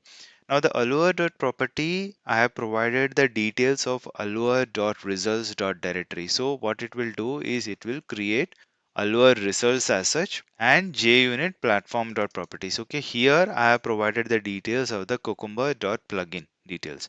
Alright, now once that is done, you have to make changes in your test runner file. Okay, so what I'll do is I'll open up the test runner file under Java folder, and under test runner file I have modified this particular line, which is line number 12, little bit. Now you can see that I have added io.commeta.allure.cucumber6jvm.allure cucumber6jvm. Okay, so I am providing the details of the plugin. So test runner file should ideally call this plugin. Once this is done, what you can do is you need to install Allure command line through npm. Now how do you do that? Is I have shown here specifically. If I go up, if you haven't really installed Allure command line yet, what you can do is you can run npm install hyphen allure hyphen command line hyphen save hyphen dev. Now once you do that, you can see that there will be an update happening. You can see one package is changed. What it means is it already was present, that is the Allure command line, but having said that, it has got updated now. Now just provide these details in your command prompt, or you can come to the terminal of IntelliJ and you can just run this particular command. Alright, so once these configurations are done, what you can do is, because I have already created the Allure report and Allure result, I'll just delete these folders so that it's fresh. Alright, now I have deleted it, and as we have three tests under our feature, as you can see, there is a dot general view user view dot feature, logged in dot feature, new user registration dot feature. Alright, now I'll come to test runner file. I'll just play or run, and our test will run. Alright, so the first test has already started. As you can see, it's a general view. Alright, so second test has started, which is related to logged in user, and third test has started, which is related to new user registration. Alright, three tests have ran and three tests have passed, and as a result, as you can see that there is a new folder which has got created called allure-results. Okay, now this will store all the details which has really ran. What you can do is you can come to terminal, and then you can run a command which is allure generate allure hyphen results hyphen clean hyphen o allure hyphen report. Okay, now these the first results or allure results have been stored in .json file, some are in attachment.html, container.json, which is not readable as such. But this particular command, which is Allure generate Allure hyphen results hyphen fn clean o Allure hyphen report. Once we enter this, a report will get generated. Now you can see a new report has got generated, and over here there is an index.html. Okay, so now you can right click, move to open in, and then browser, and click on Chrome. And once you open this up, you can see when exactly this has been run, at which date, how much time it has really taken. So it has taken around 23 seconds, which is duration. You can click on general view, logged in view, as well as new user registration. Okay, so once you click on here particular step, you will be able to see that there are 3 test steps and exactly how much time it has really taken. Okay, so in logged in user as well as new user. So this is how a beautiful report gets generated. It gives a kind of a pie chart as well. It gives line by line aspects. It gives a graphical view as well, and you'll be able to see how much time it really takes. And you can see the categories. There are no categories as such. You can see the suites, the timelines, how much time it has really taken. And for the sake of looking at the report, what I will purposefully do is I'll purposefully fail a test. Okay, so what I'll do is I'll go to a test features. Now I'll go to this one and I'll modify a test. Okay, I'm just failing a test just to see how it really appears in the report. So I'll just run this again. All right, so the first test is running and it has failed, which we wanted it to fail. Second test has run, it has passed, and third test has run and it has passed as well. So 2 tests have passed, 1 test has failed out of 3. Now what I will do is I'll go to terminal command and run the report again. In fact, generate the report. And if I go to index.html, I'll go in the browser and open up the report as such. All right. Now you can see out of 3, 2 have passed and 1 has failed. Okay. So it is very important to understand from a perspective how the graph looks like. Most of the times the test might fail as well, but it is important how it really looks from a report perspective. So I'll just go back and revert it so that the test passes as well, but hope you understand how to configure the Allure report in our BDD framework. As a report helps us to determine how much from the duration perspective, date perspective, as well as test perspective, and the whole project has been already pushed into a GitHub public repository, which I'll be sharing in my description as well. Kindly like, share, and subscribe our channel for more details like this. Happy coding and happy automation testing.